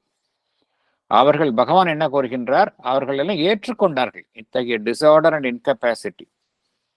இதை வந்து அவர்கள் விரும்பியே ஏற்றுக்கொண்டார்கள். எதற்காக ஏற்றுக்கொண்டார்கள் என்றால், அந்த உயர்வான ஆன்மீக முன்னேற்றத்தை அடைய வேண்டும் என்றால் இதெல்லாம் நம்மளால் தவிர்க்க முடியாது என்பதை அருந்தியேதான் அவர்கள் அந்த நிலைக்கு சென்றார்கள் என்று பகவான் குறிப்பிடுகின்றார். ஆனால் அது வந்து ஒரு ஐடியல்னு சொல்ல முடியாது அப்படிங்கிறார் பகவான். அது வந்து ஒரு சரியான ஒரு அமைப்பு, சரியான ஒரு நிலை என்று கூற முடியாது அப்படிங்கிறார். என்ன காரணம் என்றால், பகவான் இங்க என்ன கூறுகின்றார், நம்ம வந்து ஒரு உயர்வான நிலைக்கு சென்றாலும் கூட அந்த உயர்வான நிலையில் கிட்டக்கூடிய அந்த ஞானம், அந்த வெளிச்சத்தில் நம்ம என்ன செய்ய வேண்டும் என்றால், நாம் தற்பொழுது இருக்கக்கூடிய நிலை ஒரு குறைபாடுள்ள நிலையை வந்து நாம் சரி செய்ய வேண்டும், ஒரு ஒருங்கிணைக்க வேண்டும், ஒரு மறுபரிசீலனை செய்து ஒருங்கிணைக்க வேண்டும் அப்படிங்கிறார். பகவான் என்ன கூறுகின்றார், நம்மளுடைய இலக்கு இங்க என்ன, there should be an effective and synthetic reinterpretation அப்படிங்கிறார். விளக்குதல் கிடையாது. சாவித்திரியிலும் பார்த்திருக்கோம், nothing to be rejected herein, all to be transcended அப்படிங்கிற ஒரு வரியையும் பார்த்திருக்கின்றோம். இங்க பகவான் என்ன கூறுகின்றார், இதுதான் பகவானுடைய யோகத்திற்கும் மற்ற பாரம்பரிய யோகத்திற்கும் வித்தியாசம். இங்க வந்து விளக்குதல் கிடையாது. எல்லாத்தையும் நம்ம உள்ள வாங்கிக்கிட்டு அதை வந்து நம்ம சரியான முறையில சரி செய்கின்றோம். That right goal is an effective and synthetic reinterpretation. Synthetic reinterpretation என்ன அர்த்தம்? எல்லாத்திനും உள்ள உண்மையையும் நம்ம ஏற்றுக்கொண்டு அதை வந்து சரியான முறையில வெளிப்படுத்துவது. அதுதான் சிந்தட்டிக் ரீஇன்டர்பிரிட்டேஷன் என்பது. பகவான் என்ன செய்தார்? எல்லா விதமான பாரம்பரிய யோகத்தில் இருக்கக்கூடிய மிகச்சிறப்பான விஷயங்களையும் எடுத்துக்கொண்டு எல்லாத்தையும் ஒருங்கிணைத்தார். எதையுமே விளக்கல. But he combine the best of everything. அதே போலத்தான் இங்க அப்படி சேர்ந்து ஒரு புதிய ஒரு நியூ ஆர்டர், ஒரு புதிய ஒரு ஒழுங்கை ஏற்படுத்த வேண்டும். அந்த ஒழுங்கு என்பது பழையதை விளக்குவதல்ல, பழையதை வந்து உள்ளடக்கி அதை சரி செய்து அதை புதிய முறையில், புதிய வெளிச்சத்தில், புதிய ஞானத்தில் மறுபரிசீலனை செய்து அதை வெளிப்படுத்த வேண்டும், அதை இணைக்க வேண்டும். அப்பொழுதுதான் பகவான் என்ன கூறுகின்றார்? அவ்வாறு அடையக்கூடிய முன்னேற்றம் தான் வந்து மனிதனை வந்து அவனுடைய நடைமுறை வாழ்க்கையில் ஒரு சரியான முறையில் செயல்படுவதற்கு அதுதான் வழிவகுக்கும் அப்படிங்கிறார். Otherwise he cannot be fit to lead an ordinary life. மனிதன் வந்து ஒரு சாதாரண வாழ்வை செம்மையாக வாழ வேண்டும் என்றால் இத்தகைய ஒரு அமைப்பினால்தான் உருவாக்க முடியும் அப்படிங்கிறார். வாழ்விலிருந்து மனிதனை விலக்கி அவனை வந்து ஒரு மிஸ்ஃபிட்டா ஆக்குவது இங்க நோக்கம் கிடையாது. இந்த வாழ்வை எப்படி சிறப்பாக வாழ முடியும், வாழ செய்ய வேண்டும் என்பதுதான் இங்க நோக்கம் அப்படிங்கிறார்.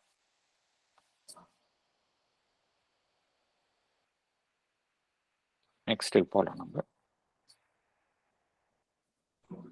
வேற ஏதேனும் கருத்துக்கள் இருந்தால் தெரிவிக்கலாம், எப்ப வேணாலும் தெரிவிக்கலாம். கிளாரிபிகேஷன். அடுத்தது போலாம் நம்ம. For the senses, the sun goes round the earth. That was for them the center of existence, and the motions of life are arranged on the basis of a misconception. The truth is the very opposite, but its discovery would have been of little use if there were not a science that makes the new conception the center of a reasoned and ordered knowledge, putting their right values on the perceptions of the senses. Thank you, sir. Thank you. Explanation. படிக்கட்டுமா sir? படிங்க madam. ரெடிங்க madam, படிங்க. Sir, thank you, sir. Any new conception must be a part of reason and ordered knowledge. Sri Aurobindo gives the example of our senses' wrong perception of the sun going around the earth. We conceive everything around our center of existence, that is, earth, and arrange the activities of our life based on his misconception. But the truth is otherwise. This truth is made relevant to our lives by science. Science has given us a reason and ordered knowledge about this relevation to ignorant minds. This scientific knowledge has given us the right values to the understanding of our senses. Thank you, sir. Thank you, thank you. ஒருபுறம் ஒரு உயர் உண்மைகள் இருக்கின்றன, எப்பொழுதுமே இருந்து கொண்டுதான் இருக்கின்றன. நம்மால் அறியப்படாத உயர் உண்மைகள் எப்பொழுதுமே இந்த பிரபஞ்சத்தில் இருந்து கொண்டுதான் இருக்கின்றன. அவ்வப்பொழுது நம்ம அந்த உயர் உண்மைகளை கண்டறிகின்றோம். வெவ்வேறு அமைப்புகளின் மூலமாக, சாதனங்களின் மூலமாக இந்த உயர் உண்மைகளை நாம் கண்டறிகின்றோம். விஞ்ஞானத்தின் மூலமாக உயர் உண்மைகளை கண்டறிகின்றோம். ஆன்மீக ஞானத்தின் மூலமாக வெவ்வேறு உண்மைகளை கண்டறிகின்றோம். இங்க பகவான் என்ன கூறுகின்றார்? அவ்வாறு கண்டறியக்கூடிய உண்மைகளை நம்ம ஏனென்றால் அந்த உண்மைகள் எல்லாம் பார்த்தோம் அப்படின்னா, இதுவரைக்கும் நம்ம கண்டறியாத உண்மைகள், இதுவரைக்கும் நம்மளுடைய புலன்களினால் கண்டறியாத உண்மைகளை நாம் கண்டறிகின்றோம்.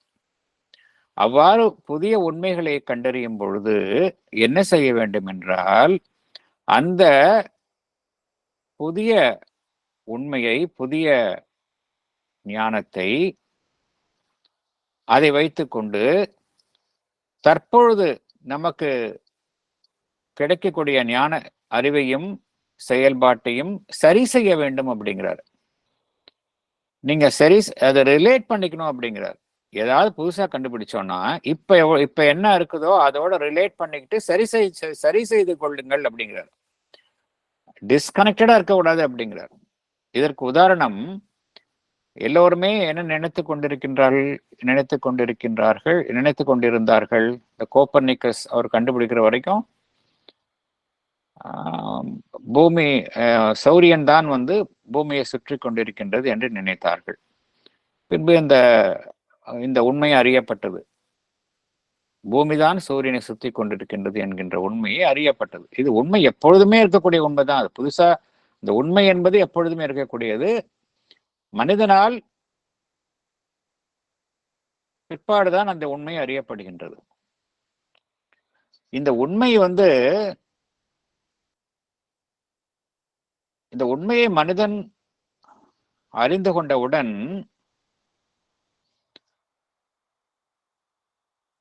அதை அந்த உண்மையின் அடிப்படையில தான் கண்டறிந்த விஷயங்களை மனிதன் காணும் பொழுதுதான் அதுக்கு அந்த உண்மைக்கு முக்கியத்துவம் வருது. அதர்வைஸ் அந்த உண்மைக்கு முக்கியத்துவம் கிடையாது. ஒரு உண்மையை கண்டறிகின்றோம், சூரியனை சுற்றிதான் பூமி சுழல்கின்றது என்கின்ற உண்மை கண்டறியப்படுகின்றது. அந்த உண்மையின் அடிப்படையில் விஞ்ஞானம் என்ன செய்கின்றது? இந்த உலகத்தில் நடக்கக்கூடிய அனைத்து விஷயங்களையும் இந்த உண்மைகளின் அடிப்படையில் அது விளக்குகின்றது. இந்த புதிதாக கண்டறியப்பட்ட உண்மையின் அடிப்படையில் இந்த உலகத்தில் நடக்கக்கூடிய இயற்கையின் நிகழ்வுகள், இந்த காலங்களின் மாறுதல்கள், எவ்வளோ விஷயம். இந்த பூமி இந்த சூரியனை சுற்றுகின்றது என்பதன் அடிப்படையில் பார்த்தோம் அப்படின்னா எவ்வளவோ விஷயங்கள், எல்லாமே இந்த உலகத்தில் நடக்கக்கூடிய விஷயங்கள் எல்லாமே நிறைய விஷயங்கள். இந்த காலங்கள் மாறுவது, எப்படி வின்டர் வருது, எப்படி வருது, சில சமயம் நம்ம சூரியனுக்கு கிட்டக்க இருக்கிறோம், ரொம்ப தூரக்க இருக்கிறோம், இது மாதிரி நிறைய விஷயங்கள் இருக்கு. அதன் மூலமாக மாற்றங்கள் ஏற்படுகின்றன. இதையெல்லாம் சயின்ஸ் என்ன செஞ்சது அப்படின்னா பிராக்டிக்கலா ரிலேட் பண்ணிடுச்சு. அந்த புதிதாக கண்டுபிடிக்கப்பட்ட உண்மையை ஏற்கனவே நாம் கண்டறிந்த புலன்களின் மூலமாக கண்டறிந்த உண்மைகளுடன் இணைத்து பொருத்தி சரி செய்து விட்டது. அதனால என்ன ஆயிடுச்சு, நம்ம புதிய உண்மையை நாம் சரியா உபயோகப்படுத்திக் கொள்கின்றோம். அதே போலதான் பகவான் என்ன கூறுகின்றார், அந்த ஆன்மீகத்திலையும் அப்படிதான் அப்படிங்கிறார். புதிதாக கண்டறியக்கூடிய உண்மைகளை ஏற்கனவே நாம் கண்டறிந்த உண்மைகளுடன் பொருத்தி பார்த்து சரி செய்து கொள்ள வேண்டும் அப்படிங்கிறார். அப்பதான் அந்த நாலேஜுக்கு யூஸ் இருக்கும், இல்லாட்டி அந்த நாலேஜ் யூஸே இருக்காது அப்படிங்கிறார்.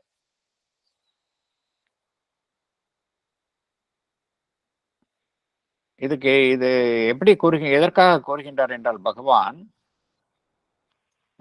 இதுக்கும் இந்த சாப்டருக்கும் என்ன சம்பந்தம் என்றால், தற்பொழுது நம்மளுடைய ஞானம் எப்படி அமைந்துள்ளது என்றால் நம்மளுடைய ஈகோ, அதை சுற்றிதான் அமைந்துள்ளது. எல்லாமே நம்ம ஈகோவை சுற்றி தான் இருக்கின்றது.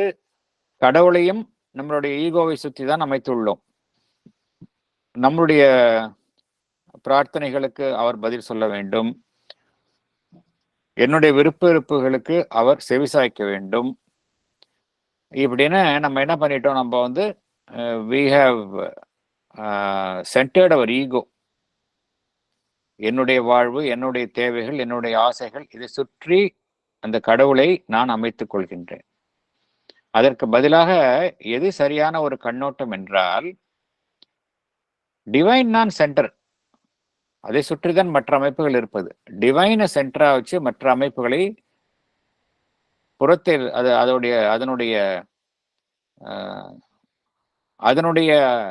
அதனுடைய புறத்தில் எதை அமைக்க வேண்டும் என்றால் மற்ற அமைப்புகளை தான் அமைக்க வேண்டும். மையத்தில் எது இருக்கணும் அப்படின்னா டிவைன் தான் இருக்கணும். இந்த நாலேஜ் ஒருத்தருக்கு வந்த பின்பு தான் இதுவரைக்கும் கண்டறிந்த தன்னுடைய ஈகோவை சுற்றி அமைந்துள்ள நாலேஜ், அந்த ஞானத்தை அவர் சரி செய்ய வேண்டும். என்னென்ன மதிப்பீடுகளை அவர் வழங்கியிருந்தாரோ அத்தனை மதிப்பீடுகளையும் அவர் சரி செய்ய வேண்டும் என்கிறார். Otherwise this knowledge will not be useful அப்படிங்கிறார் பகவான். அந்த கருத்தை தான் நீங்க கூறுகின்றார். ரேணுகா மேடம்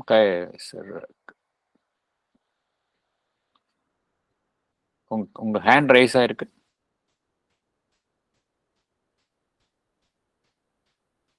அடுத்தது படிக்கலாம்.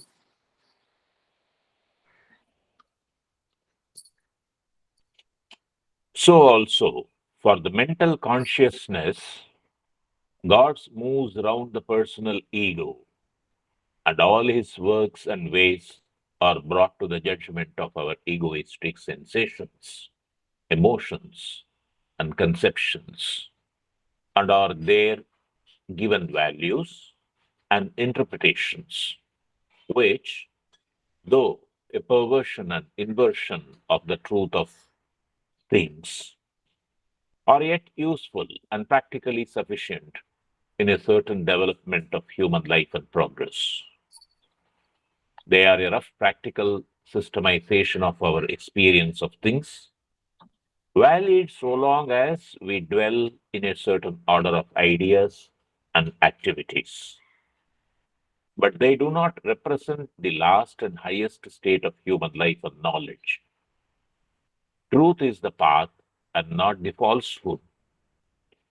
The truth is not that God moves around the ego as the center of existence and can be judged by the ego and its view of the dualities, but that the divine is itself the center and that the experience of the individual only finds its own true truth when it is known in the terms of the universal and the transcendent. Thank you. Thank you sir, thank you. Explanation படிங்க. படிக்குமா sir? படிங்க madam. It is not God who moves around our ego, it we who move around him. Going by the same example, we relate God to ourselves, keeping our ego at the center. We judge the workings of God by our egoistic sensations and emotions. We judge God as kind when we are benefited, and when we undergo suffering, we call him cruel. In this process, we distort the truth, turning it upside down by giving our own values and explanations. Yet they may be useful to some extent in the development of our life and progress. Sri Aurobindo says they are our rough formulations of our experiences on our practical side. They may be valid if we live within a system of ideas and activities, but they are not the final limits of our knowledge, nor do they represent the highest state of human life. Truth is the path on which we must travel and not the path of falsehood. The truth is that God does not move around our ego as the center of our existence. He cannot be judged by our dualistic ego self. The fact is, the divine is the center of our existence. The individual will experience the truth of it only when he rises beyond himself to the universal and transcendent states. Thank you, sir. Thank you madam, thank you. முக்கியமான ஒரு கருத்து, என்ன காரணத்தினால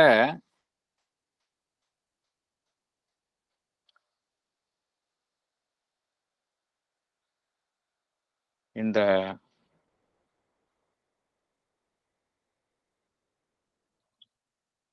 இறைவனுடைய செயல்பாடுகளை நாம்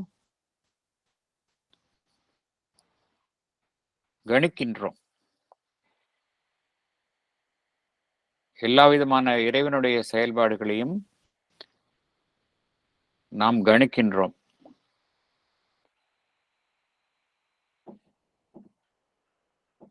அவ்வாறு கணிக்கும் பொழுது என்ன செய்கின்றோம் என்றால், நம்முடைய ஈகோவின் அடிப்படையில் தான் அந்த இறைவனினுடைய செயல்பாட்டையும் நாம் கணிக்கின்றோம்.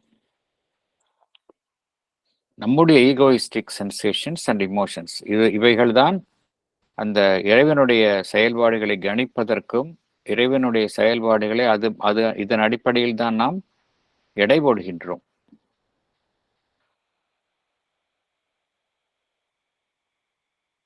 ஒரு சமயம் நாம்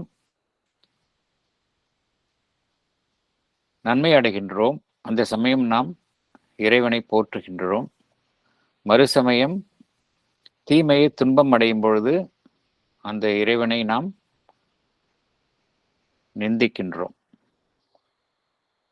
இறைவன் மிகவும் கொடூரமானவன் என்று நிந்திக்கின்றோம். இதில் என்ன செய்கின்றோம் என்றால், உண்மையை முழுவதுமாக நாம் திரிக்கின்றோம், தலைகீழாக திரிக்கின்றோம் என்று பகவான் கூறுகின்றார்.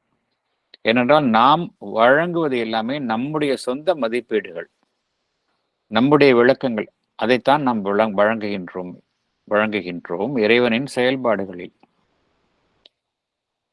இருந்தாலும் இவைகளெல்லாம் ஓரளவுக்கு பார்த்தோம் அப்படின்னால், ஒரு அளவில், ஒரு நிலை வரைக்கும் இவைகளெல்லாம் ஒரு மனிதனுடைய வளர்ச்சிக்கும் வாழ்விற்கும் உபயோகரமாக இருக்கின்றன. எப்படி என்றால், ஒரு மனிதன் அந்த இறைவனை நோக்கி பிரார்த்திப்பது, இறைவனுடைய சங்கல்பத்திற்கு உட்பட்டு செயல்படுவது, இறை அருளை நோக்கி வேண்டி இருப்பது,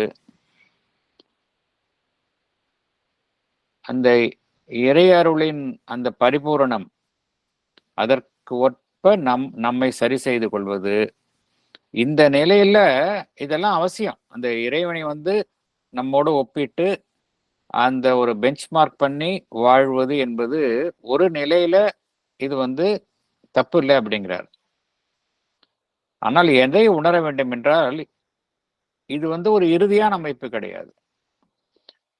ஐடியல் ஸ்டேட் எது அப்படின்னா, to become one with the divine. நமக்கும் அந்த டிவைனுக்கும் வித்தியாசம் இல்லாத அளவில் நம்ம முற்றிலுமாக நம்மளுடைய முழு ஜீவனையும் அந்த இறை உணர்வினால் உணர்வுடன் ஐக்கியப்படுத்திக் கொள்வது, அதுதான் ஐடியல் ஸ்டேட், அதுதான் highest state. There is no difference between we and the divine. அந்த அளவுக்கு நம்மை முற்றிலுமாக நம்மை ஐக்கியப்படுத்தி, அது ஐடியல் ஸ்டேட். பட் அது நடைபெறுகின்ற வரைக்கும் இத்தகைய ஒரு குறைகளோடு கூடிய நிலையும் ஒரு இடைப்பட்ட நிலைதான். இருந்தாலும் பகவான் இங்கு கூறுவது என்னவென்றால், அந்த நிலை ஒரு இறுதியான நிலை அல்ல என்பதை மனிதன் உணர்ந்து கொள்ள வேண்டும். அவைகளினுடைய அவசியம் ஒரு நிலையில் வாழ்விலும் ஒரு மனிதனுடைய முன்னேற்றத்திற்கும் இத்தகைய ஒரு நிலை தேவைதான். ஆனாலும் மனிதன் எதை உணர்ந்து கொள்ள வேண்டும் என்றால், இவைகள் இறுதியான ஒரு இதுதான் ஒரு இறுதியான ஒரு நிலை என்பது கிடையாது. Highest state of human life இது கிடையாது. இதை தாண்டி செல்ல முடியும் என்பதை ஒரு மனிதன் உணர்ந்து கொள்ள வேண்டும். இது ஏன் நம்ம அப்படி நினைக்கிறோம் அப்படின்னா, நம்மளுடைய ஈகோவை சார்ந்து இதெல்லாம் நினைக்கின்றோம்.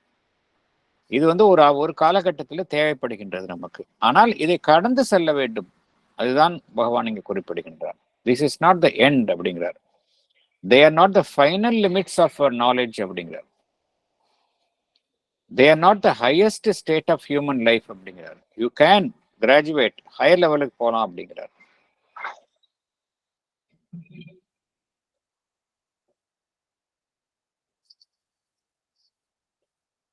ஏனென்றால் மையம் இந்த டிவைன் தான் மையமாக இருக்கின்றது, அதுதான் உண்மை.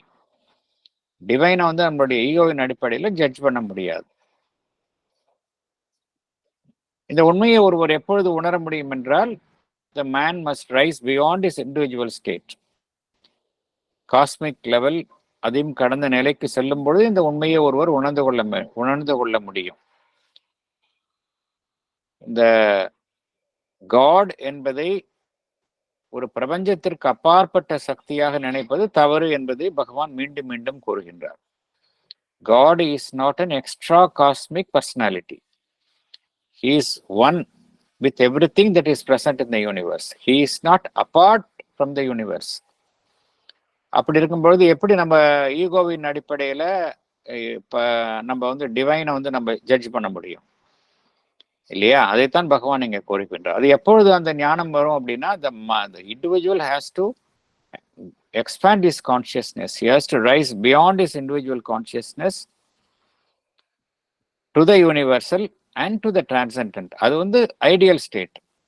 அது வரைக்கும் இந்த குறைகள் இருக்கத்தான் செய்யும் அப்படிங்கிறார் பகவான்.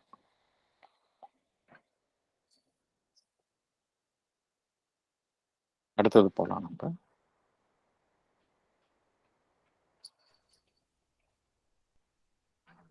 Nevertheless, to substitute this conception for the egoistic without an adequate base of knowledge may lead to the substitution of new but still false and arbitrary ideas for the old and bring about a violent instead of a settled disorder of right values. Such a disorder often makes the inception of new philosophies and religions and initiates useful revolutions. But the true goal is only reached when we can group around the right central conception, a reason and effective knowledge in which the egoistic life shall rediscover all its values, transformed and corrected. Then we shall possess that new order of truths, which will make it possible for us to substitute a more divine life for the existence which we now lead, and to effectualize a more divine and puissant use of our faculties or the life material of the universe. Thank you, sir.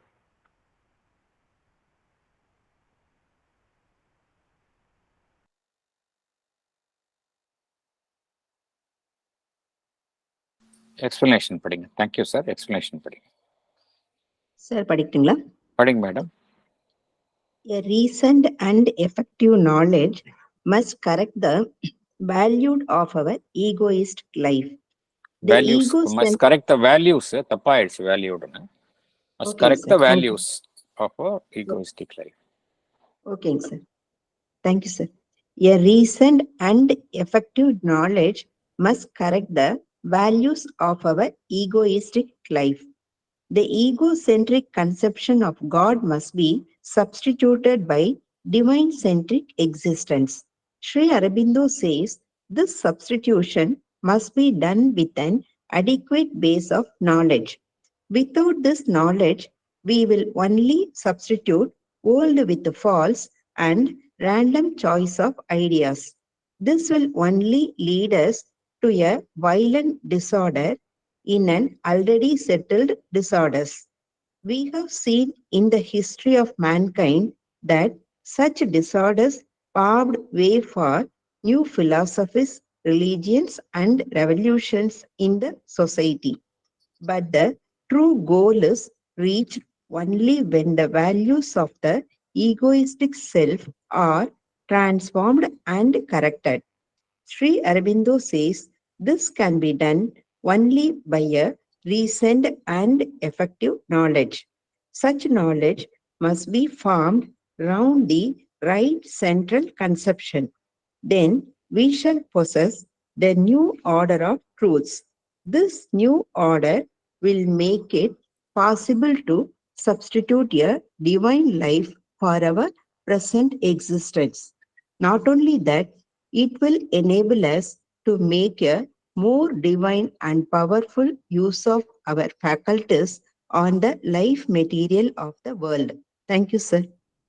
Thank you madam. Thank you. இந்த எல்லா விதமான சிக்கல்கள், தவறான புரிதல்கள், தவறான மதிப்பீடுகள், இதுக்கு எல்லாத்திற்கும் காரணம் எதுன்னு பார்த்தோம் அப்படின்னா, நம்முடைய ஈகோவை சுத்தி அனைத்தையுமே அமைக்கின்றோம். இதுதான் அடிப்படையில காரணமாக இருக்கின்றது. எல்லாத்துக்கும் ஈகோ தான் அடிப்படையில காரணமாக இருக்கின்றது. வாழ்வில் ஏற்படக்கூடிய பிரச்சனைகள் தனிமனித வாழ்விலும் சரி, சமூக வாழ்விலும் சரி, ஒரு உலக அளவில் நாடுகளுக்கு இடையே ஏற்படக்கூடிய பிரச்சனைகள் எல்லாத்துக்கும் காரணம் எதுன்னு பார்த்தோம் அப்படின்னா, அடிப்படையில காரணம் பார்த்தோம் அப்படின்னா இந்த ஈகோயிஸ்டிக் கான்சியஸ்னஸ் தான் அடிப்படையில காரணமாக இருக்கின்றது. ஏனென்றால் மனிதன் என்கின்ற இனம் தோன்றுகின்ற வரையில பார்த்தோம் அப்படின்னா எல்லாமே அதற்கு ஏற்படுத்தப்பட்ட வழியில போய் நடந்து கொண்டிருக்கின்றன. மனிதன் என்பவன் தோன்றிய உடனேயே அந்த ஈகோவினுடைய அமைப்பு, அதனுடைய தன்முனைப்பு என்பது ரொம்ப தீவிரமாக செயல்பட ஆரம்பித்து விடுகின்றது. அதனால்தான் பார்க்கின்றோம் எல்லா விதமான பிரச்சனைகளையும் பார்க்கின்றோம். ஏன்னா அங்க இன்சிஸ்டன்ஸ் வந்து த ஈகோயிஸ்டிக் சாய்ஸ். ஈகோயிஸ்டிக் சாய்ஸ்னுடைய இன்சிஸ்டன்ஸ் இருக்கிறதுனால தான் எல்லா லெவல்ஸ்லயும் நம்ம இந்த ப்ராப்ளத்தை பார்க்குறோம். தனிமனித அளவிலும் சரி, குடும்ப அளவிலும் சரி, நிறுவனங்கள் அளவிலும் சரி, எல்லா லெவல்லையும் பார்க்குறோம். அது என்னன்னா அடிப்படையில காரணம் இதுதான். நம்மளுடைய ஈகோ பேஸ்டா எல்லாத்தையும் பார்க்கறதுனால தான் ப்ராப்ளம் அப்படிங்கிறார் பகவான். இதுலயும் இன்னும் மேலாக பார்த்தோம் அப்படின்னா அந்த கடவுளையும் என்ன நினைக்கின்றோம், நம்முடைய ஈகோவை சார்ந்து செயல்படும் ஒரு அமைப்பாகத்தான் நாம் பார்க்கின்றோம்.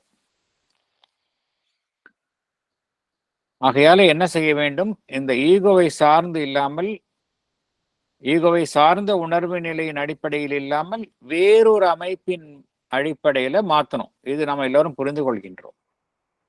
இப்ப ஈகோவிஸ்டிக் கான்சியஸ்னஸ்ல இருக்கிறோம், ஓகே, அதனாலதான் இவ்வளவு ப்ராப்ளம் வருது என்பதை ஏற்றுக்கொள்கின்றோம். அப்படி என்றால் எதன் அடிப்படையில மாற்றம் செய்வது? இந்த கேள்வி எழுகின்றது. எதன் அடிப்படையில மாற்றத்தை உண்டாக்குவது அப்படின்னா, இங்கதான் சரியா நம்ம ஆக்ட் பண்ணணும் அப்படிங்கிறார் பகவான். எதன் அடிப்படையில செய்யணும் அப்படின்னா, இந்த ஈகோயிஸ்டிக் கான்சியஸ்னஸ்க்கு பதிலாக ஒரு உயர் உணர்வு நிலை, ஒரு சரியான ஒரு உணர்வு நிலை, ஒரு ஹையர் கான்சியஸ்னஸ். இந்த ஹையர் கான்சியஸ்னஸ்ல எப்படி செயல்படுவோம் அப்படின்னா, அந்த இடத்துல வந்து ஈகோ இருக்காது, ஆனா எல்லாமே இன்க்ளூசிவா இருக்கும், எதுவுமே விளக்க மாட்டோம். அந்த ஒன்னஸ் இருக்கும். அங்க வந்து நாம் தனிப்பட்ட நிலையில் இருந்தாலும் we know that we are one with others. Even though we are separate individuals, we will act as if we are not separate. அந்த ஒன்னஸ்ல ஆக்ட் பண்ணும். அதுதான் கரெக்ட், அதுதான் சொல்யூஷன்.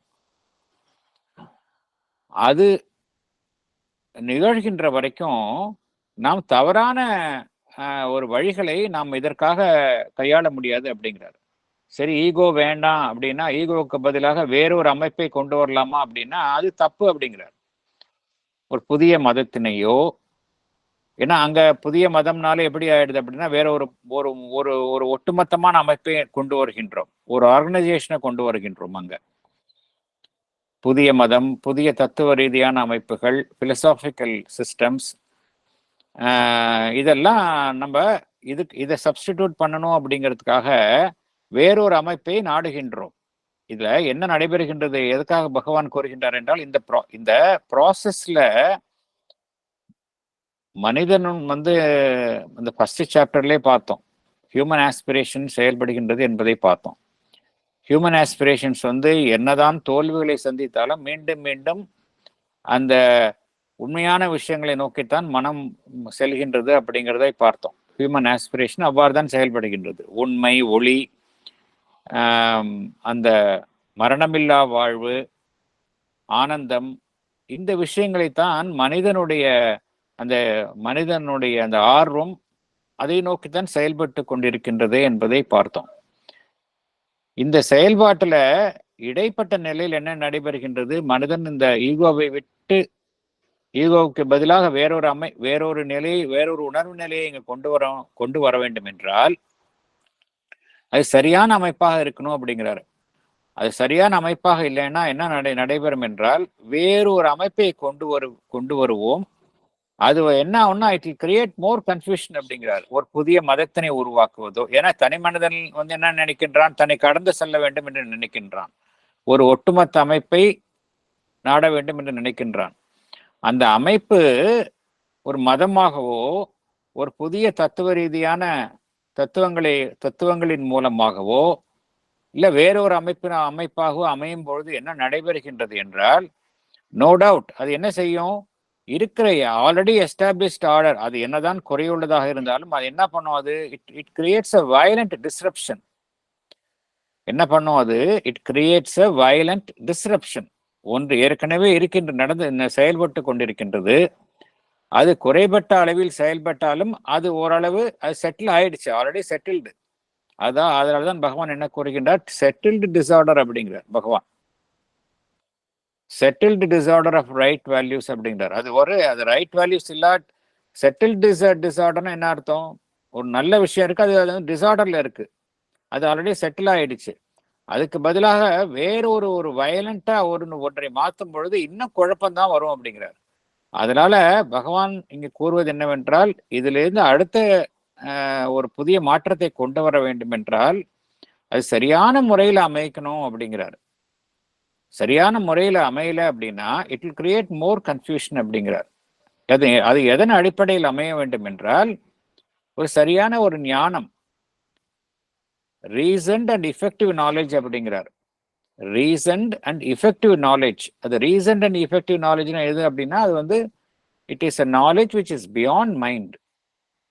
அதுல என்ன நடைபெறுகின்றது, அந்த புதிய ஞானத்தின் அடிப்படையில் என்ன நடைபெறுகின்றது, தற்பொழுது ஈகோவை சார்ந்துள்ள நம் வாழ்வு என்பது,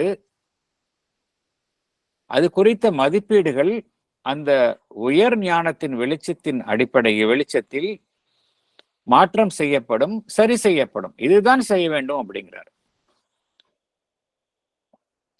நியூ ஆர்டர் ஆஃப் ட்ரூத்ஸ் அப்படிங்கிறார். நியூ ஆர்டர் ஆஃப் ட்ரூத்ஸ்னா மனம் சார்ந்து ஈகோவை சார்ந்து இருக்கும் உண்மைகளின் உண்மைகளாக அமையாமல் அந்த ஹையர் கான்சியஸ்னஸ் அதை சார்ந்த அடிப்படையில் எழும் உண்மைகள் அப்படிங்கிறார். A new order of truths which will make it possible for us to substitute a more divine life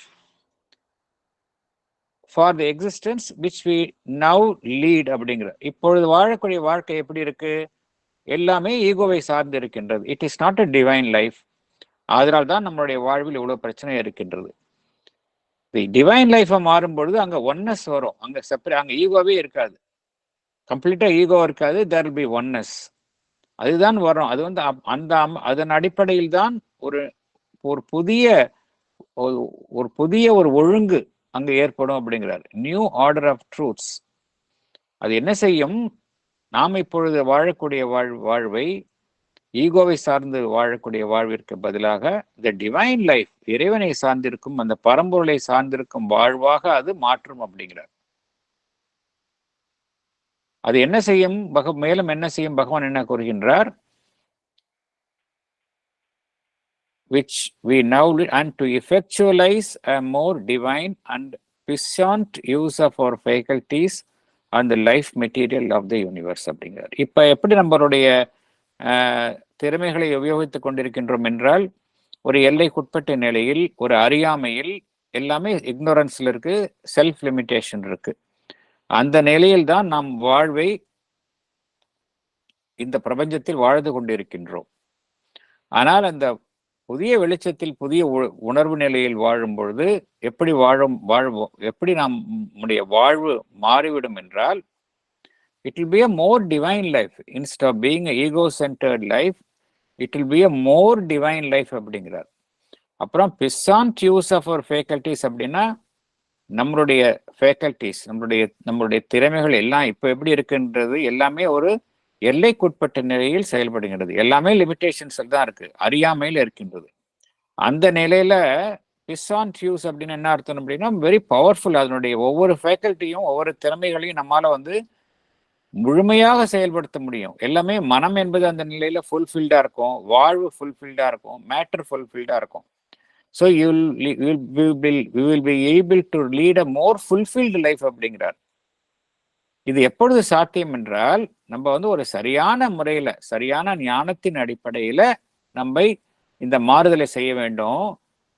அவசரப்பட்டு நம்ம வேற ஏதாவது ஒன்றை கொண்டு வந்துட்டோம் அப்படின்னா ஒரு புதிய மதத்தினை உருவாக்குவோம், இல்லை புதிய ஒரு தத்துவ கோட்பாடுகளை உருவாக்குவோம், திருப்பி பேக் டு ஸ்கொயர் ஒன் அப்படிங்கிறார். ஸோ இந்த சப்ஸ்டிடியூஷனும் அப்படின்னா ஒரு சரியான முறையில் செய்யணும் அப்படிங்கிறார். நம்ம பேராகிராஃப் 6 வந்து நெக்ஸ்ட் செஷனில் நம்ம பார்த்துக்கலாம். ஏன்னா இன்னும் கொஞ்சம் டைம் கம்மி தான் இருக்குது. அதனால paragraph 6 and 7 we can deal in the next session. வேறு ஏதாவது கருத்துக்கள் இருந்தால் கூறலாம்.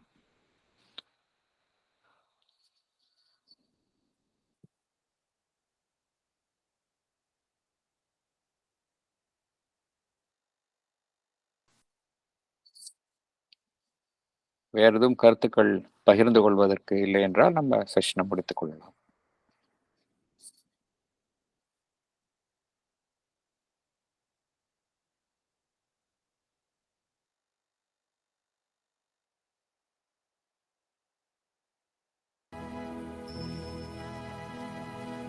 Let us all try to be worthy of Sri Aurobindo's centenary.